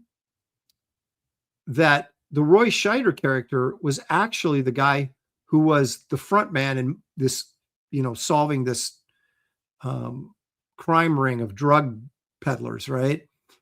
But Popeye Doyle was a more colorful character, so they kind of switched in the movie and made Popeye Doyle the lead, and Roy Scheider's character was supporting character, where in reality it was just the opposite, I guess. So that's interesting. It's interesting that in this film, especially if you watch the ending of this film, it has the great chase scene, the car chase scene. Friedkin got, of course, for The Exorcist, but then also for the chase scene in this movie was just like the best car chase scene ever for the longest period of time. And, but at the end of this film, Popeye Doyle is a very, very morally ambiguous character. He's one of those guys. It was a lot, Second City TV, back when John Candy and Eugene Levy and Dave Thomas, all those guys were doing Second City TV before they were doing films. They did this skit on Second City TV called it wasn't Dirty Henry, something like that. And John Candy was playing this Dirty Harry character, and he runs into this grocery store, and there's this masked man, with a gun, and John Candy opens fire and just starts killing civilians. And he finally gets the gunman, and his partner comes up to him and go, Harry, you killed 15 innocent people. And he goes, I'd kill 100 if it meant getting one of those scum. And that was the joke, right? But you almost feel like Popeye Doyle was that kind of a guy, that collateral damage meant nothing to him as long as he got the criminal. And so it's a really interesting film. It's a well done film. Obviously, it's classic, and it should be on the top 100. And it is, like I said, dropped like 20 some spots. So Friedkin won for Best Director. This won Best Picture, and Gene Hackman won Best Actor. And our good buddy Roy Scheider went on to do. He did The Marathon Man, and then he got Jaws. Became an A-lister.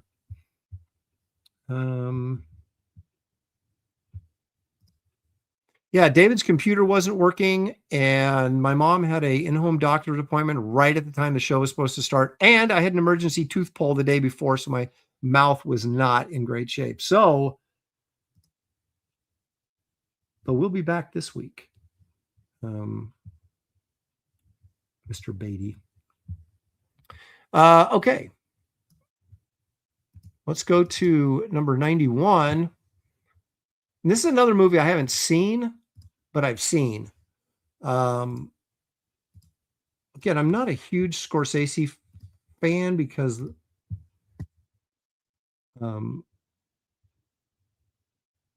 his pictures are very grimy New York rough. They're always about crime to some level. I've seen a decent amount of Scorsese films, but for some reason, this one, I've only seen every scene in it, but not at the same time. But I would certainly think it probably deserves to be on this list. Because when you look back over Scorsese's rather brilliant career as a filmmaker, this one is always one of the, Raging Bull's in there, and couple others, but this is one that people always seem to harken back to.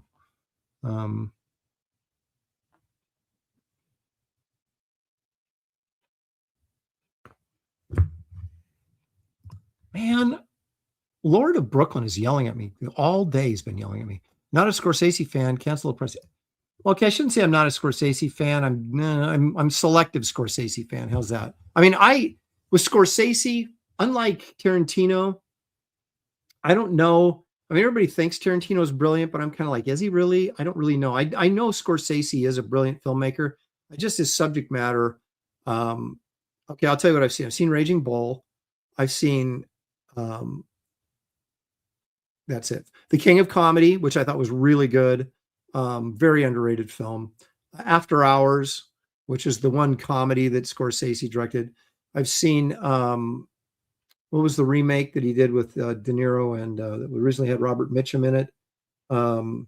Cape Fear. Seen that. I've seen the that other one with I keep wanting to say it, Untouchables. It wasn't Untouchables. It was the doggone it. Had Matt Damon in it. Had all the Boston guys in it.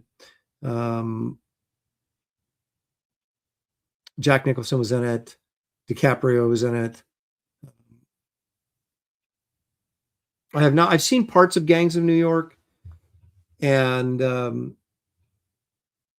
Taxi Driver. The theme of that always kind of turned me off. So again, I've seen scenes from Taxi Driver, but I've not seen the whole thing. The Departed, thank you very much. I've seen that. I'm sure there's other ones in there I've seen. So it's not like I haven't seen any Scorsese films, but I've seen Casino too, because Don Rickles is in it. I have not seen Wolf of Wall Street, even though I want to. So that's what I mean. I don't go out and see Scorsese films unless something sort of makes me do it, like I'm compelled for some reason. Here we go. Now, here we go at number 90. Sophie's Choice. This film is brutal. If you have not seen it, I won't give away the Sophie's Choice in it, but this is interesting on a couple of fronts because Meryl Streep won Best Actress. I think this was her first win. She was nominated for Kramer versus Kramer. She was in The Deer Hunter, but I don't know if she was nominated for supporting actress in that or not. I can't remember. But this was the one that sort of like, this is her, she started the string of getting nominated everything she did here. Kevin Kline in a dramatic role and later became famous for his comedic roles. But he was, played a not great dude in this movie. And then, of course, Peter McNichol was also in this, who's an interesting actor. He was in Dragon Slayer, which was a great Disney film. If you haven't seen that, the special effects for the dragon are awesome in that. But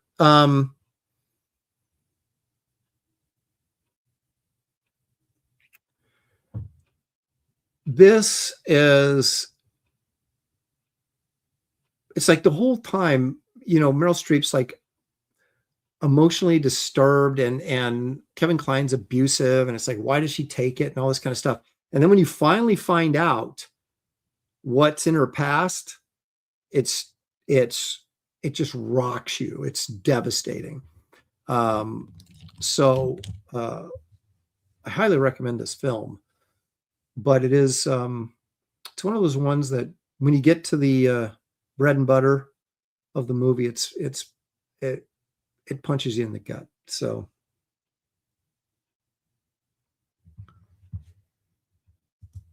well, there's some truth in that, but at the same time, it actually is a really well done movie.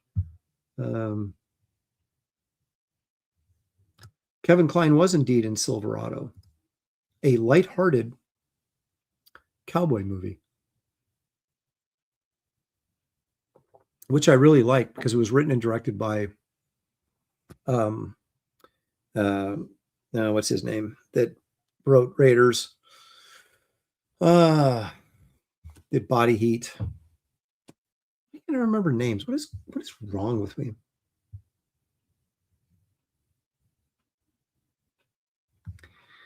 This isn't really a soppy chick flick, though. Art of Roy, it really isn't.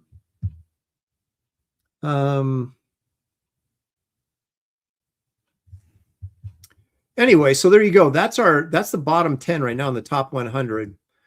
Sophie's Choice hits in at 90. So next week we will take a look at 89 through 80, and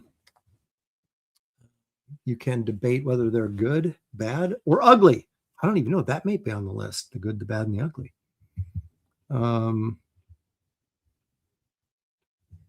Yeah, I know. Memory's first thing to go. I know. It's horrible. Okay. Well, now we're back to one of our regular segments that we're going to continue on, even though the name changed, the show's the same.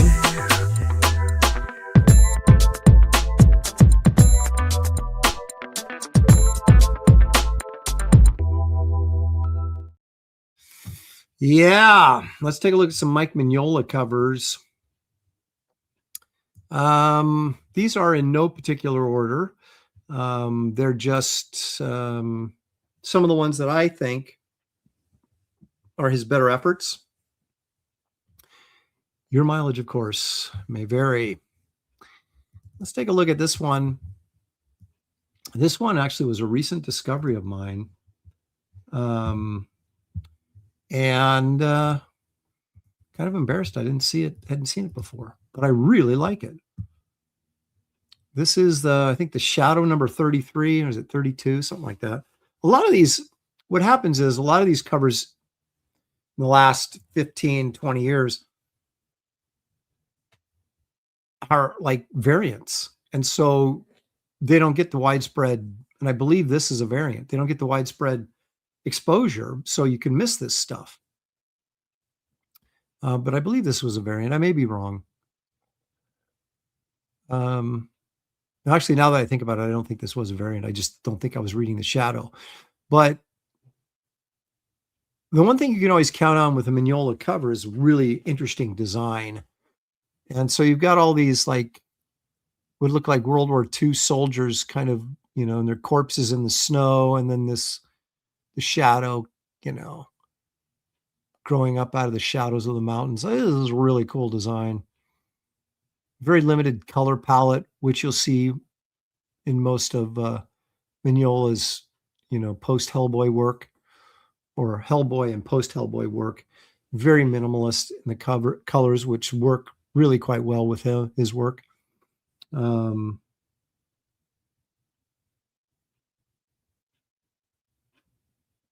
Arrington stepping out. Thanks for joining us, man.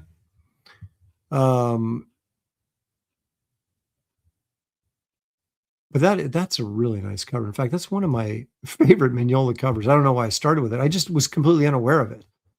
Now here's one this is kind of Mignola before he was Mignola.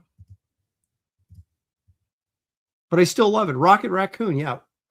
Mike Mignola did the Rocket Raccoon four-issue miniseries back in the 80s.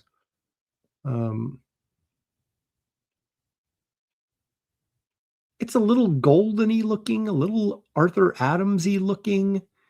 He was still trying to find himself, as most of us as young artists or early work are. This is still quite good, though. I mean, it's not like, oh, man, he really sucked and he finally got better. But he certainly, I remember him telling me one time that, he's a big Wrightson fan. Of course, so am I. But he said, I tried to draw like Wrightson and I found out I just couldn't do it.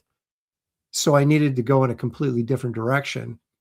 And that's when he said he started studying how Frazetta laid out blacks. And he would even like take tracing paper over the top of Frazetta paintings and,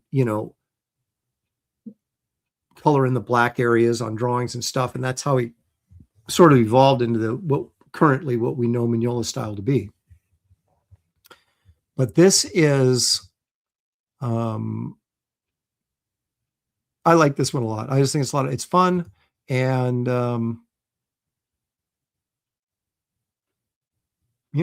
well done. Well done, Mike. And now we're getting into his, still defining his style here, but definitely on the path to where he is now. is this Detective Comics.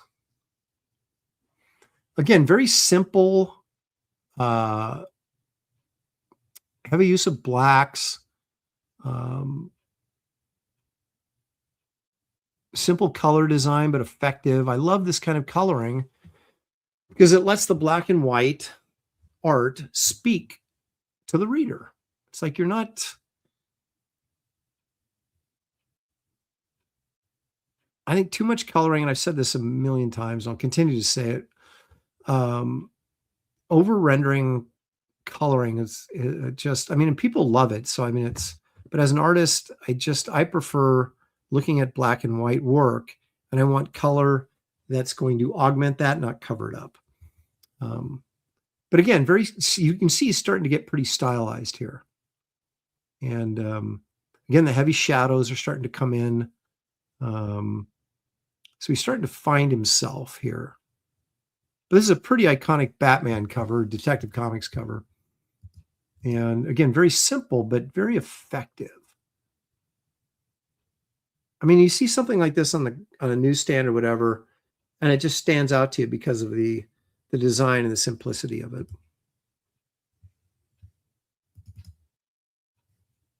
I don't know what this is for. You guys are going to have to help me.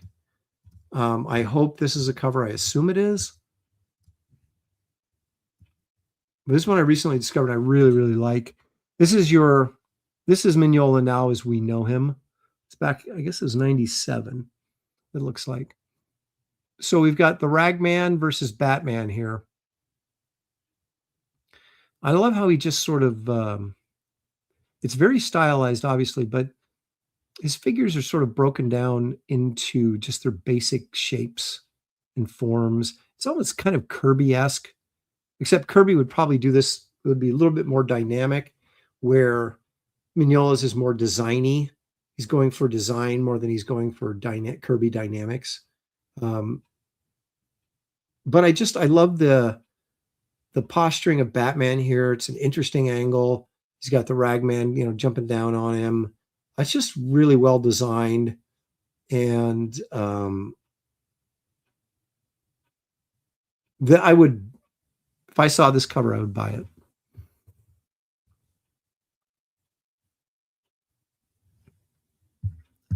Clint Lowe says he hides his legs and feet kind of often. Well, this is kind of a Frazetta thing that I would have to say that he gets from Frazetta, or got from Frazetta, where Frazetta, like, he'll highlight the area of focus. Where does he want you to look? Right here, right?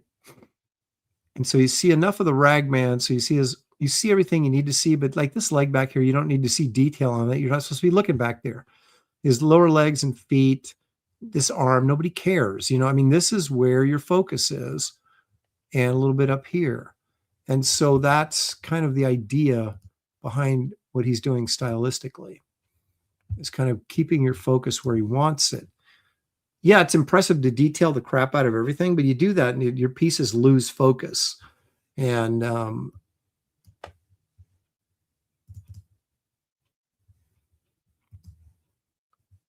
I really like this one. It's another Batman cover. Batman 453. So, it's a horror cover. So, of course, I like it. But you got all these zombies coming up and grabbing Batman. And it's so simplistic. And I think someone mentioned in the audience or the chat, Toth-like as well. Very focused on the black areas where the highlights, and counterbalancing those with these heavy blacks that create this volume. But again, you're kind of seeing what is important. Most of us would go in here and draw a bunch of detail on these legs and things like that. And we don't need that. We need right in here is what we need to see, right in here. And then, the zombies coming up around here, you can see what's lit really well and what's really dark. And it really sort of guides your eyes into what you should be looking at. So I think there's a lot to be learned from looking at Mike's work and how he, approaches it and how he designs it.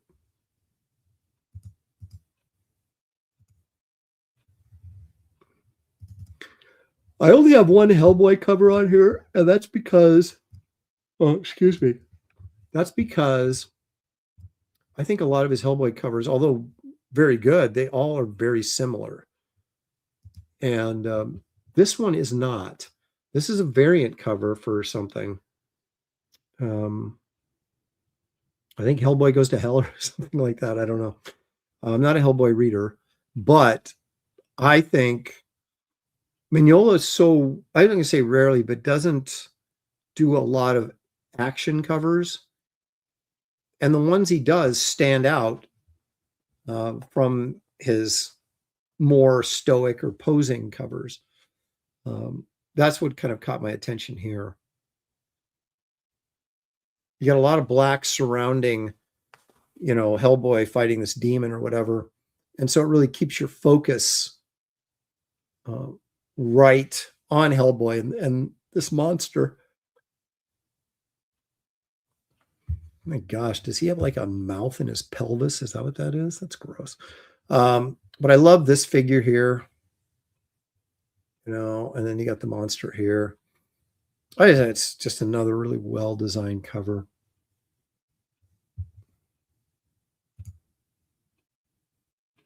It's really interesting to go red on red here. But again, this red is bright enough and this red is dark enough that you get that separation. It's a very monochromatic cover, but it works really, again, very effectively. All right, this is a classic for sure. Take us back to the good old days of Marvel. Wolverine's Jungle Adventure. So this was written, I believe, by Simonson, wasn't it? Yeah, it says Walt. Yeah, Simonson, drawn by Mignola, inked by Wyacek. So again, now check this out. What do we got right here? This is Frazetta all the way, baby. So this is kind of Mignola paying tribute to Frank, but still kind of doing it his own way. Got the cavemen back here. This is kind of what I'm going for in my Barbaric Adventures story, is capture a little bit of that Frazetta flavor. We'll see if I'm actually able to do it or not. But I love the pose of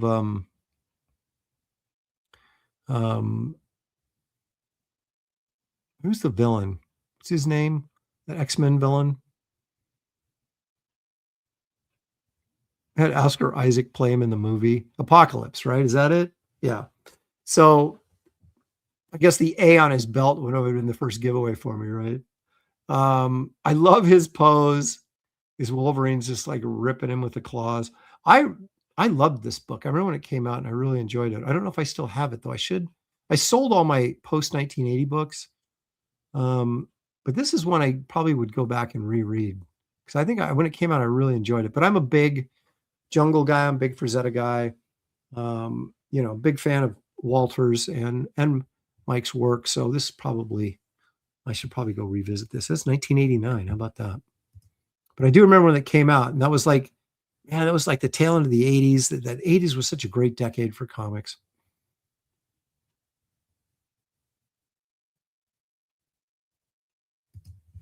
Oh my gosh. Okay.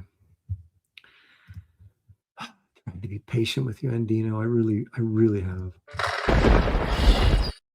Okay.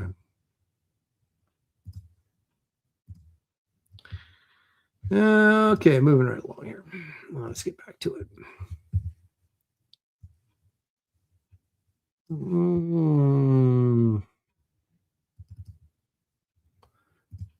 People are probably going to wonder why I have this on my list, but out of all of the 4 covers he did for The Death in the Family, this is the one I liked.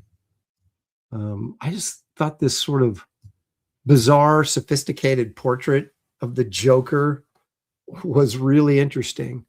It's minimalistic, of course.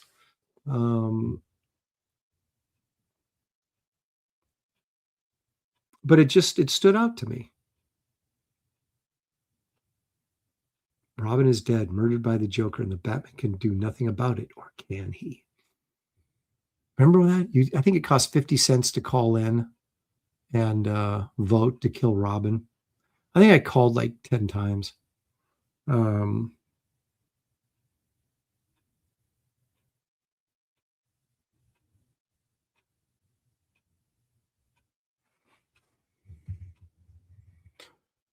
But again, it's well designed. It's simple. You know, the way the black of his tux kind of fades into the black of the background. It's like you're seeing just what you need to see. This sort of sophisticated Joker man about town. I don't know, something about it I found very visually intriguing. And like I said, it's my favorite of the 4 covers he did for this Death in the Family. So there it is. It's on my list. This was a great read. Now, I'm a Jack the Ripper fan. I love that sort of mythology. And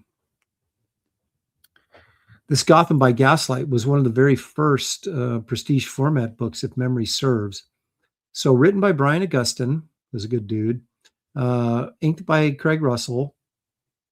And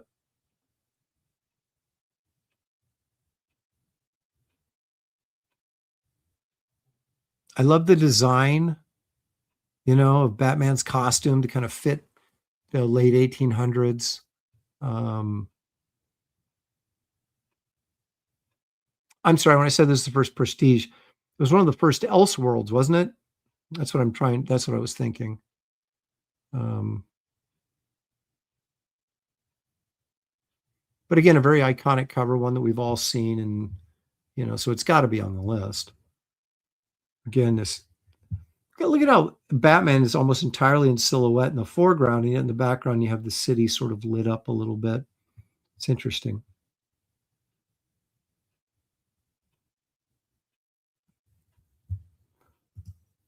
I like the mystery involved around Jack the Ripper. I don't like gratuitous violence. And I mean, I don't like watching gratuitous violence, I guess is what I'm saying. I mean, you can't have, in my opinion, you can't have real good drama without at least the threat of violence. But I don't go see movies. I did when I was 14. You know, it's like, what's the grossest thing we can go see? Now it doesn't do much for me. But I do find the mystery of Jack the Ripper very intriguing. I'm a walking dichotomy. Make no sense. All right, so this is the last one, and some people say it's the best one, but inked by Kevin Nolan, of all people. This is a great Punisher cover. I remember when this came out, and I was like, I don't know. I mean, it's very simplistic, and yet again, it's just really cool.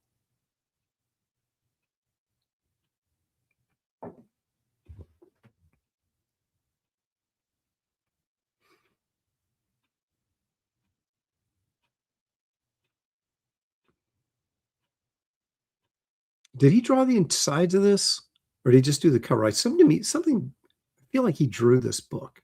It's like a fill-in or something. I can't remember.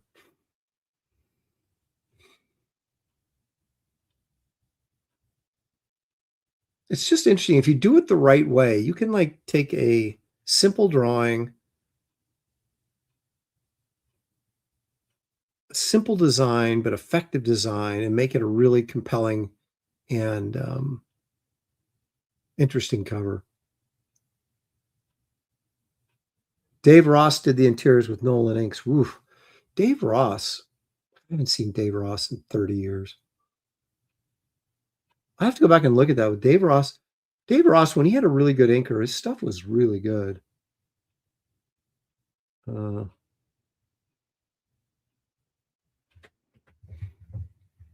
anyway, there you go. Those are our Mignola covers. I don't know who we're going to do next week. Somebody interesting for sure. All righty, let's move to the meat of the show. The real reason we're here.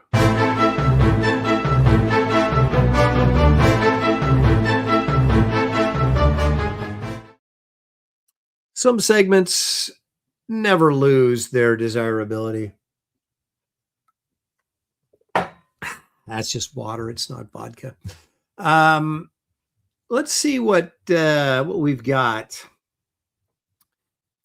We've got a little more today than usual. It was a good week for. Well, actually, did I do last week's show? I can't even remember.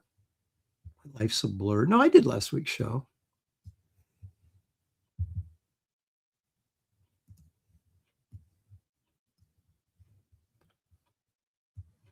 There's something weird with Chrome. It's like you used to be able to like move the size of your screen, you know, as big or small as you wanted it, just at any, you know, segment. Now, if you get to a certain point, it shrinks. Or if you go like this, and it gets really big, and it's like, it's really ticks me off. But anyway, here we go. I call this one Bulky Bigfoot. This is, I've never seen this before. And it's a very, very short clip, but it's an interesting one.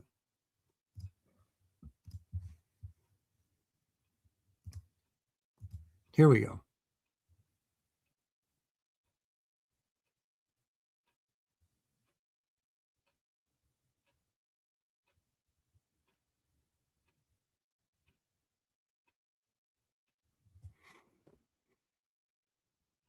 This guy's like, do you think it's real or not?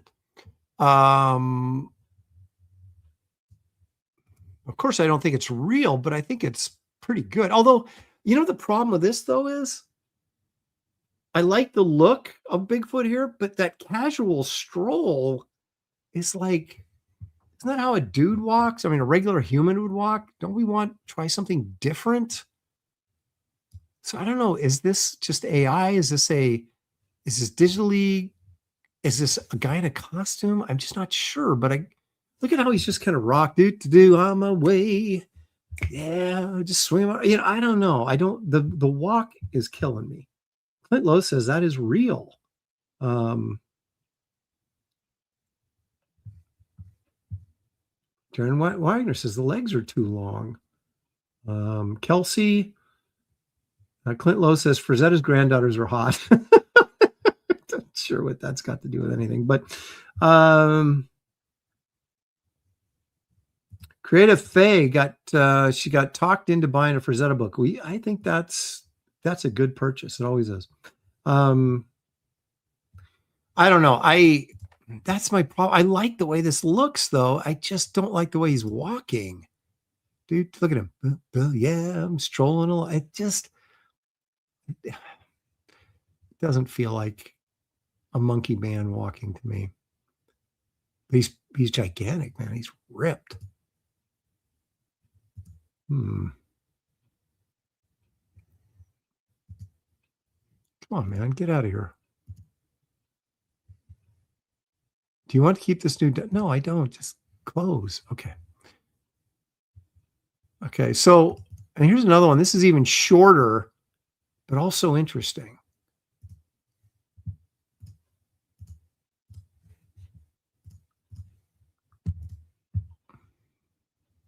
All right. So here's our dude right here. Let's see what happens. This is really short, but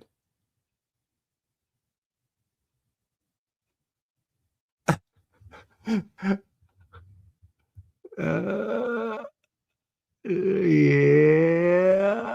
Okay, that's fake AI, isn't it? But I kind of like it here because it's sort of in focus, right? He kind of looks like some sort of like one of those giant cavemen on Star Trek, maybe. The Galileo 7 episode. Let's see here.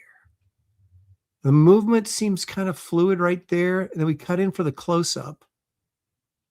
Right on the turn. That's very film school. Look at his head starting to turn, and then we cut in for a close-up.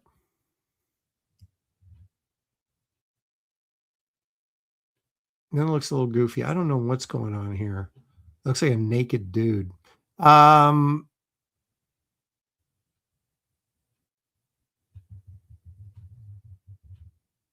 So right here, I kind of like it. And then right here, it's so obviously fake that it's, I guess, no point in really having a discussion, is it?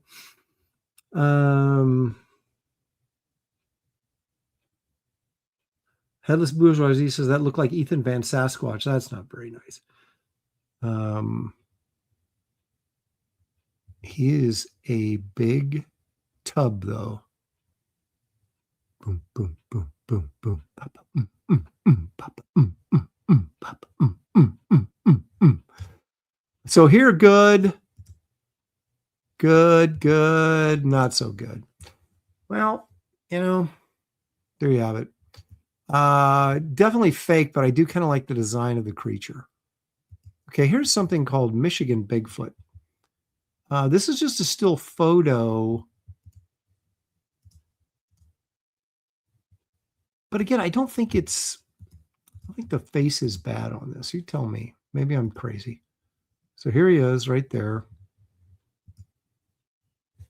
You can see him in the bush. There he is.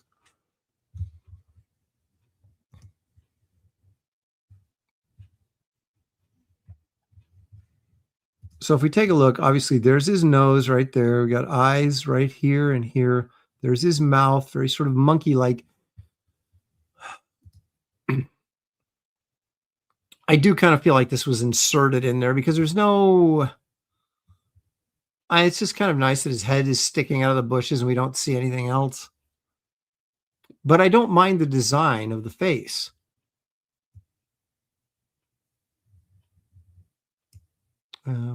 People saying low effort.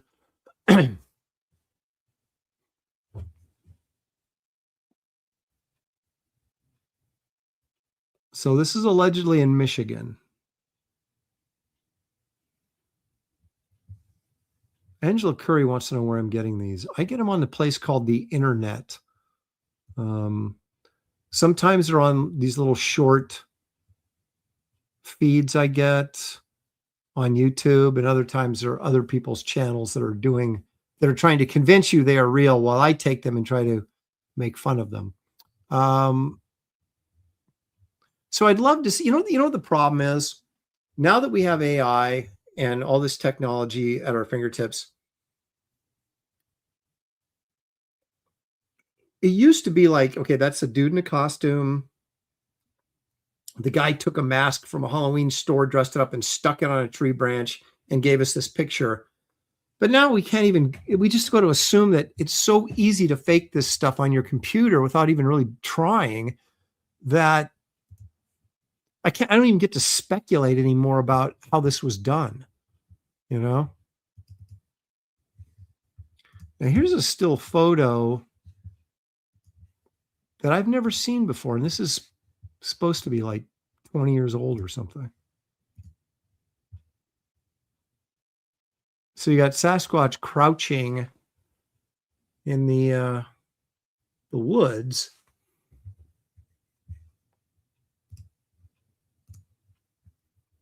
You know, I like the face. You got a definitive face, nose, eyes, mouth right there. This is arm.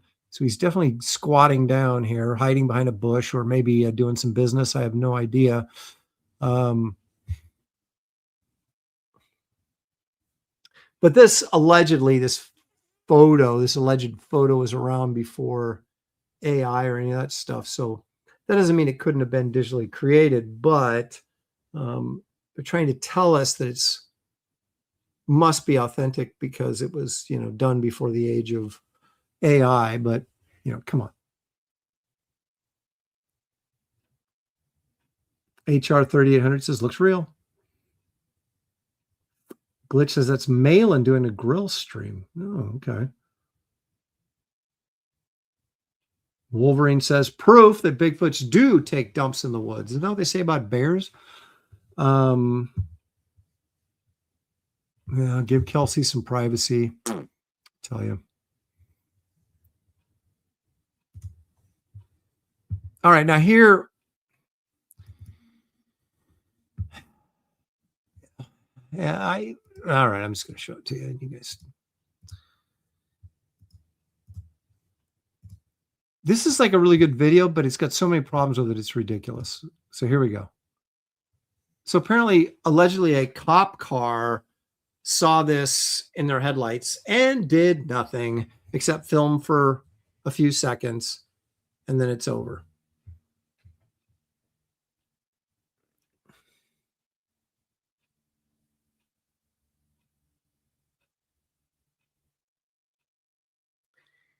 I mean, even the story doesn't make sense. If you're a cop and you see this, you're not getting out of your car and going, yo, ape man or dude in a costume, what's going on? I mean, you're just going to sit there and film this and then let it go. And you're not going to, it's not like you see a deer or something.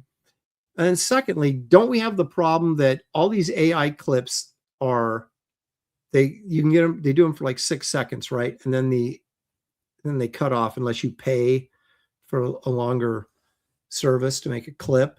So it always makes me wonder why these clips are so short. I mean, obviously, it's not like he turned into the woods and disappeared. He's walking down the road, and yet the film just ends right there. Why? Why aren't we getting more of this? Okay, this is obviously AI here. They're making a point, but about how many cops allegedly see Bigfoot. But I do kind of like it. I mean, it looks fairly decent, a little fuzzy around the edges, you know, keep us guessing, but the story behind it doesn't make any sense. And of course, it's probably, the closer you get, it's probably more clearly AI.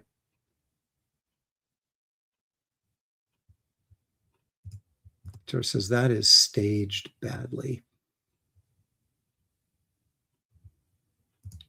There we go. Sam Goyer, indie book reader, says if this were real, Bigfoot would immediately hide from the light.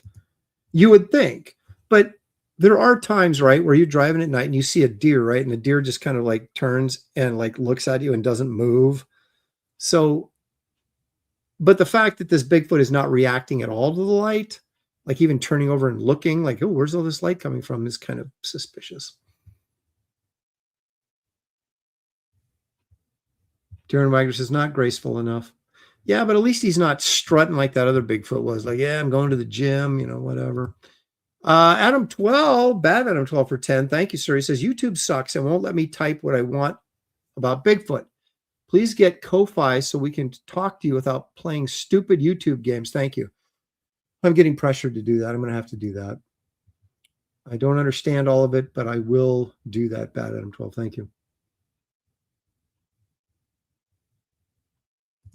Bad Adam 12, and I see he's getting a little uppity. He's saying Sasquatch is a species of man, not an ape or a gorilla. But he looks cooler when he looks more like an ape than he does when he looks like more like a man. So, you know, that's all I'm saying.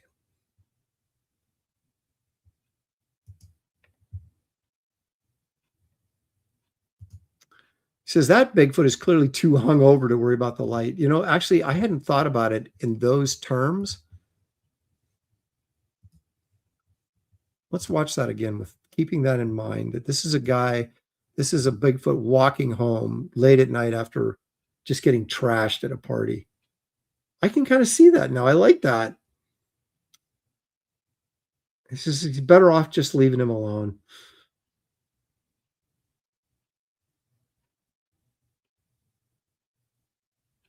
It makes you wonder why a Bigfoot would be just walking near a road too, right on, instead of out in the woods. There you go. The police are telling you that's a Bigfoot, and you should believe them.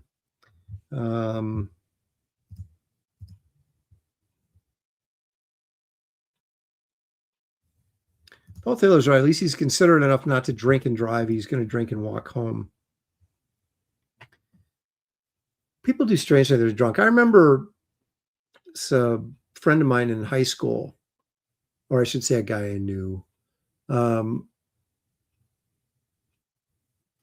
We met at one of my friends. Actually, this wasn't high school. We were 19. So it might have been college. Went over to my best friend's apartment that he lived in.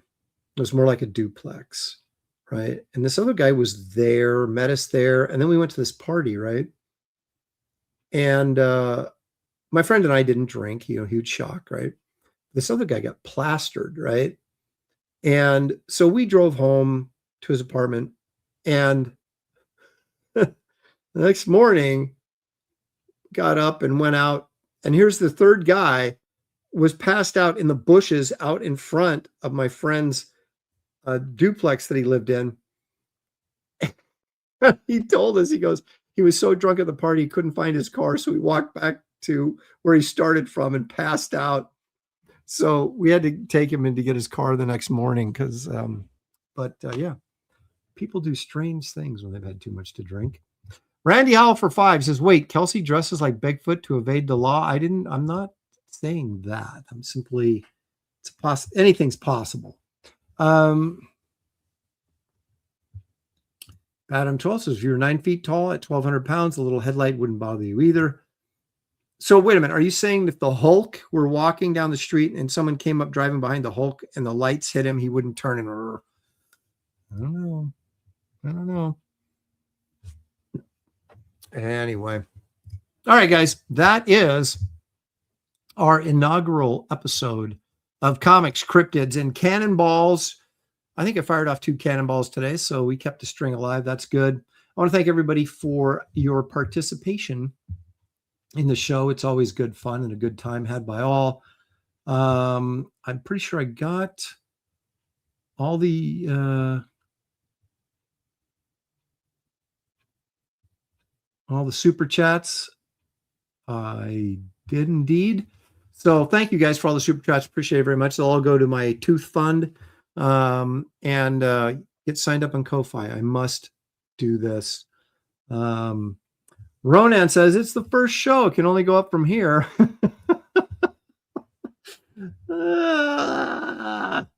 We'll see. Hopefully that's the plan, right? All right, everybody, enjoy the rest of your Sunday evening. Thank you for joining me. I greatly appreciate it. We'll see you next week right here, not on air and live, but on Comics, Cryptids, and Cannonballs. Good night, everybody. Mr. Tambourine Man!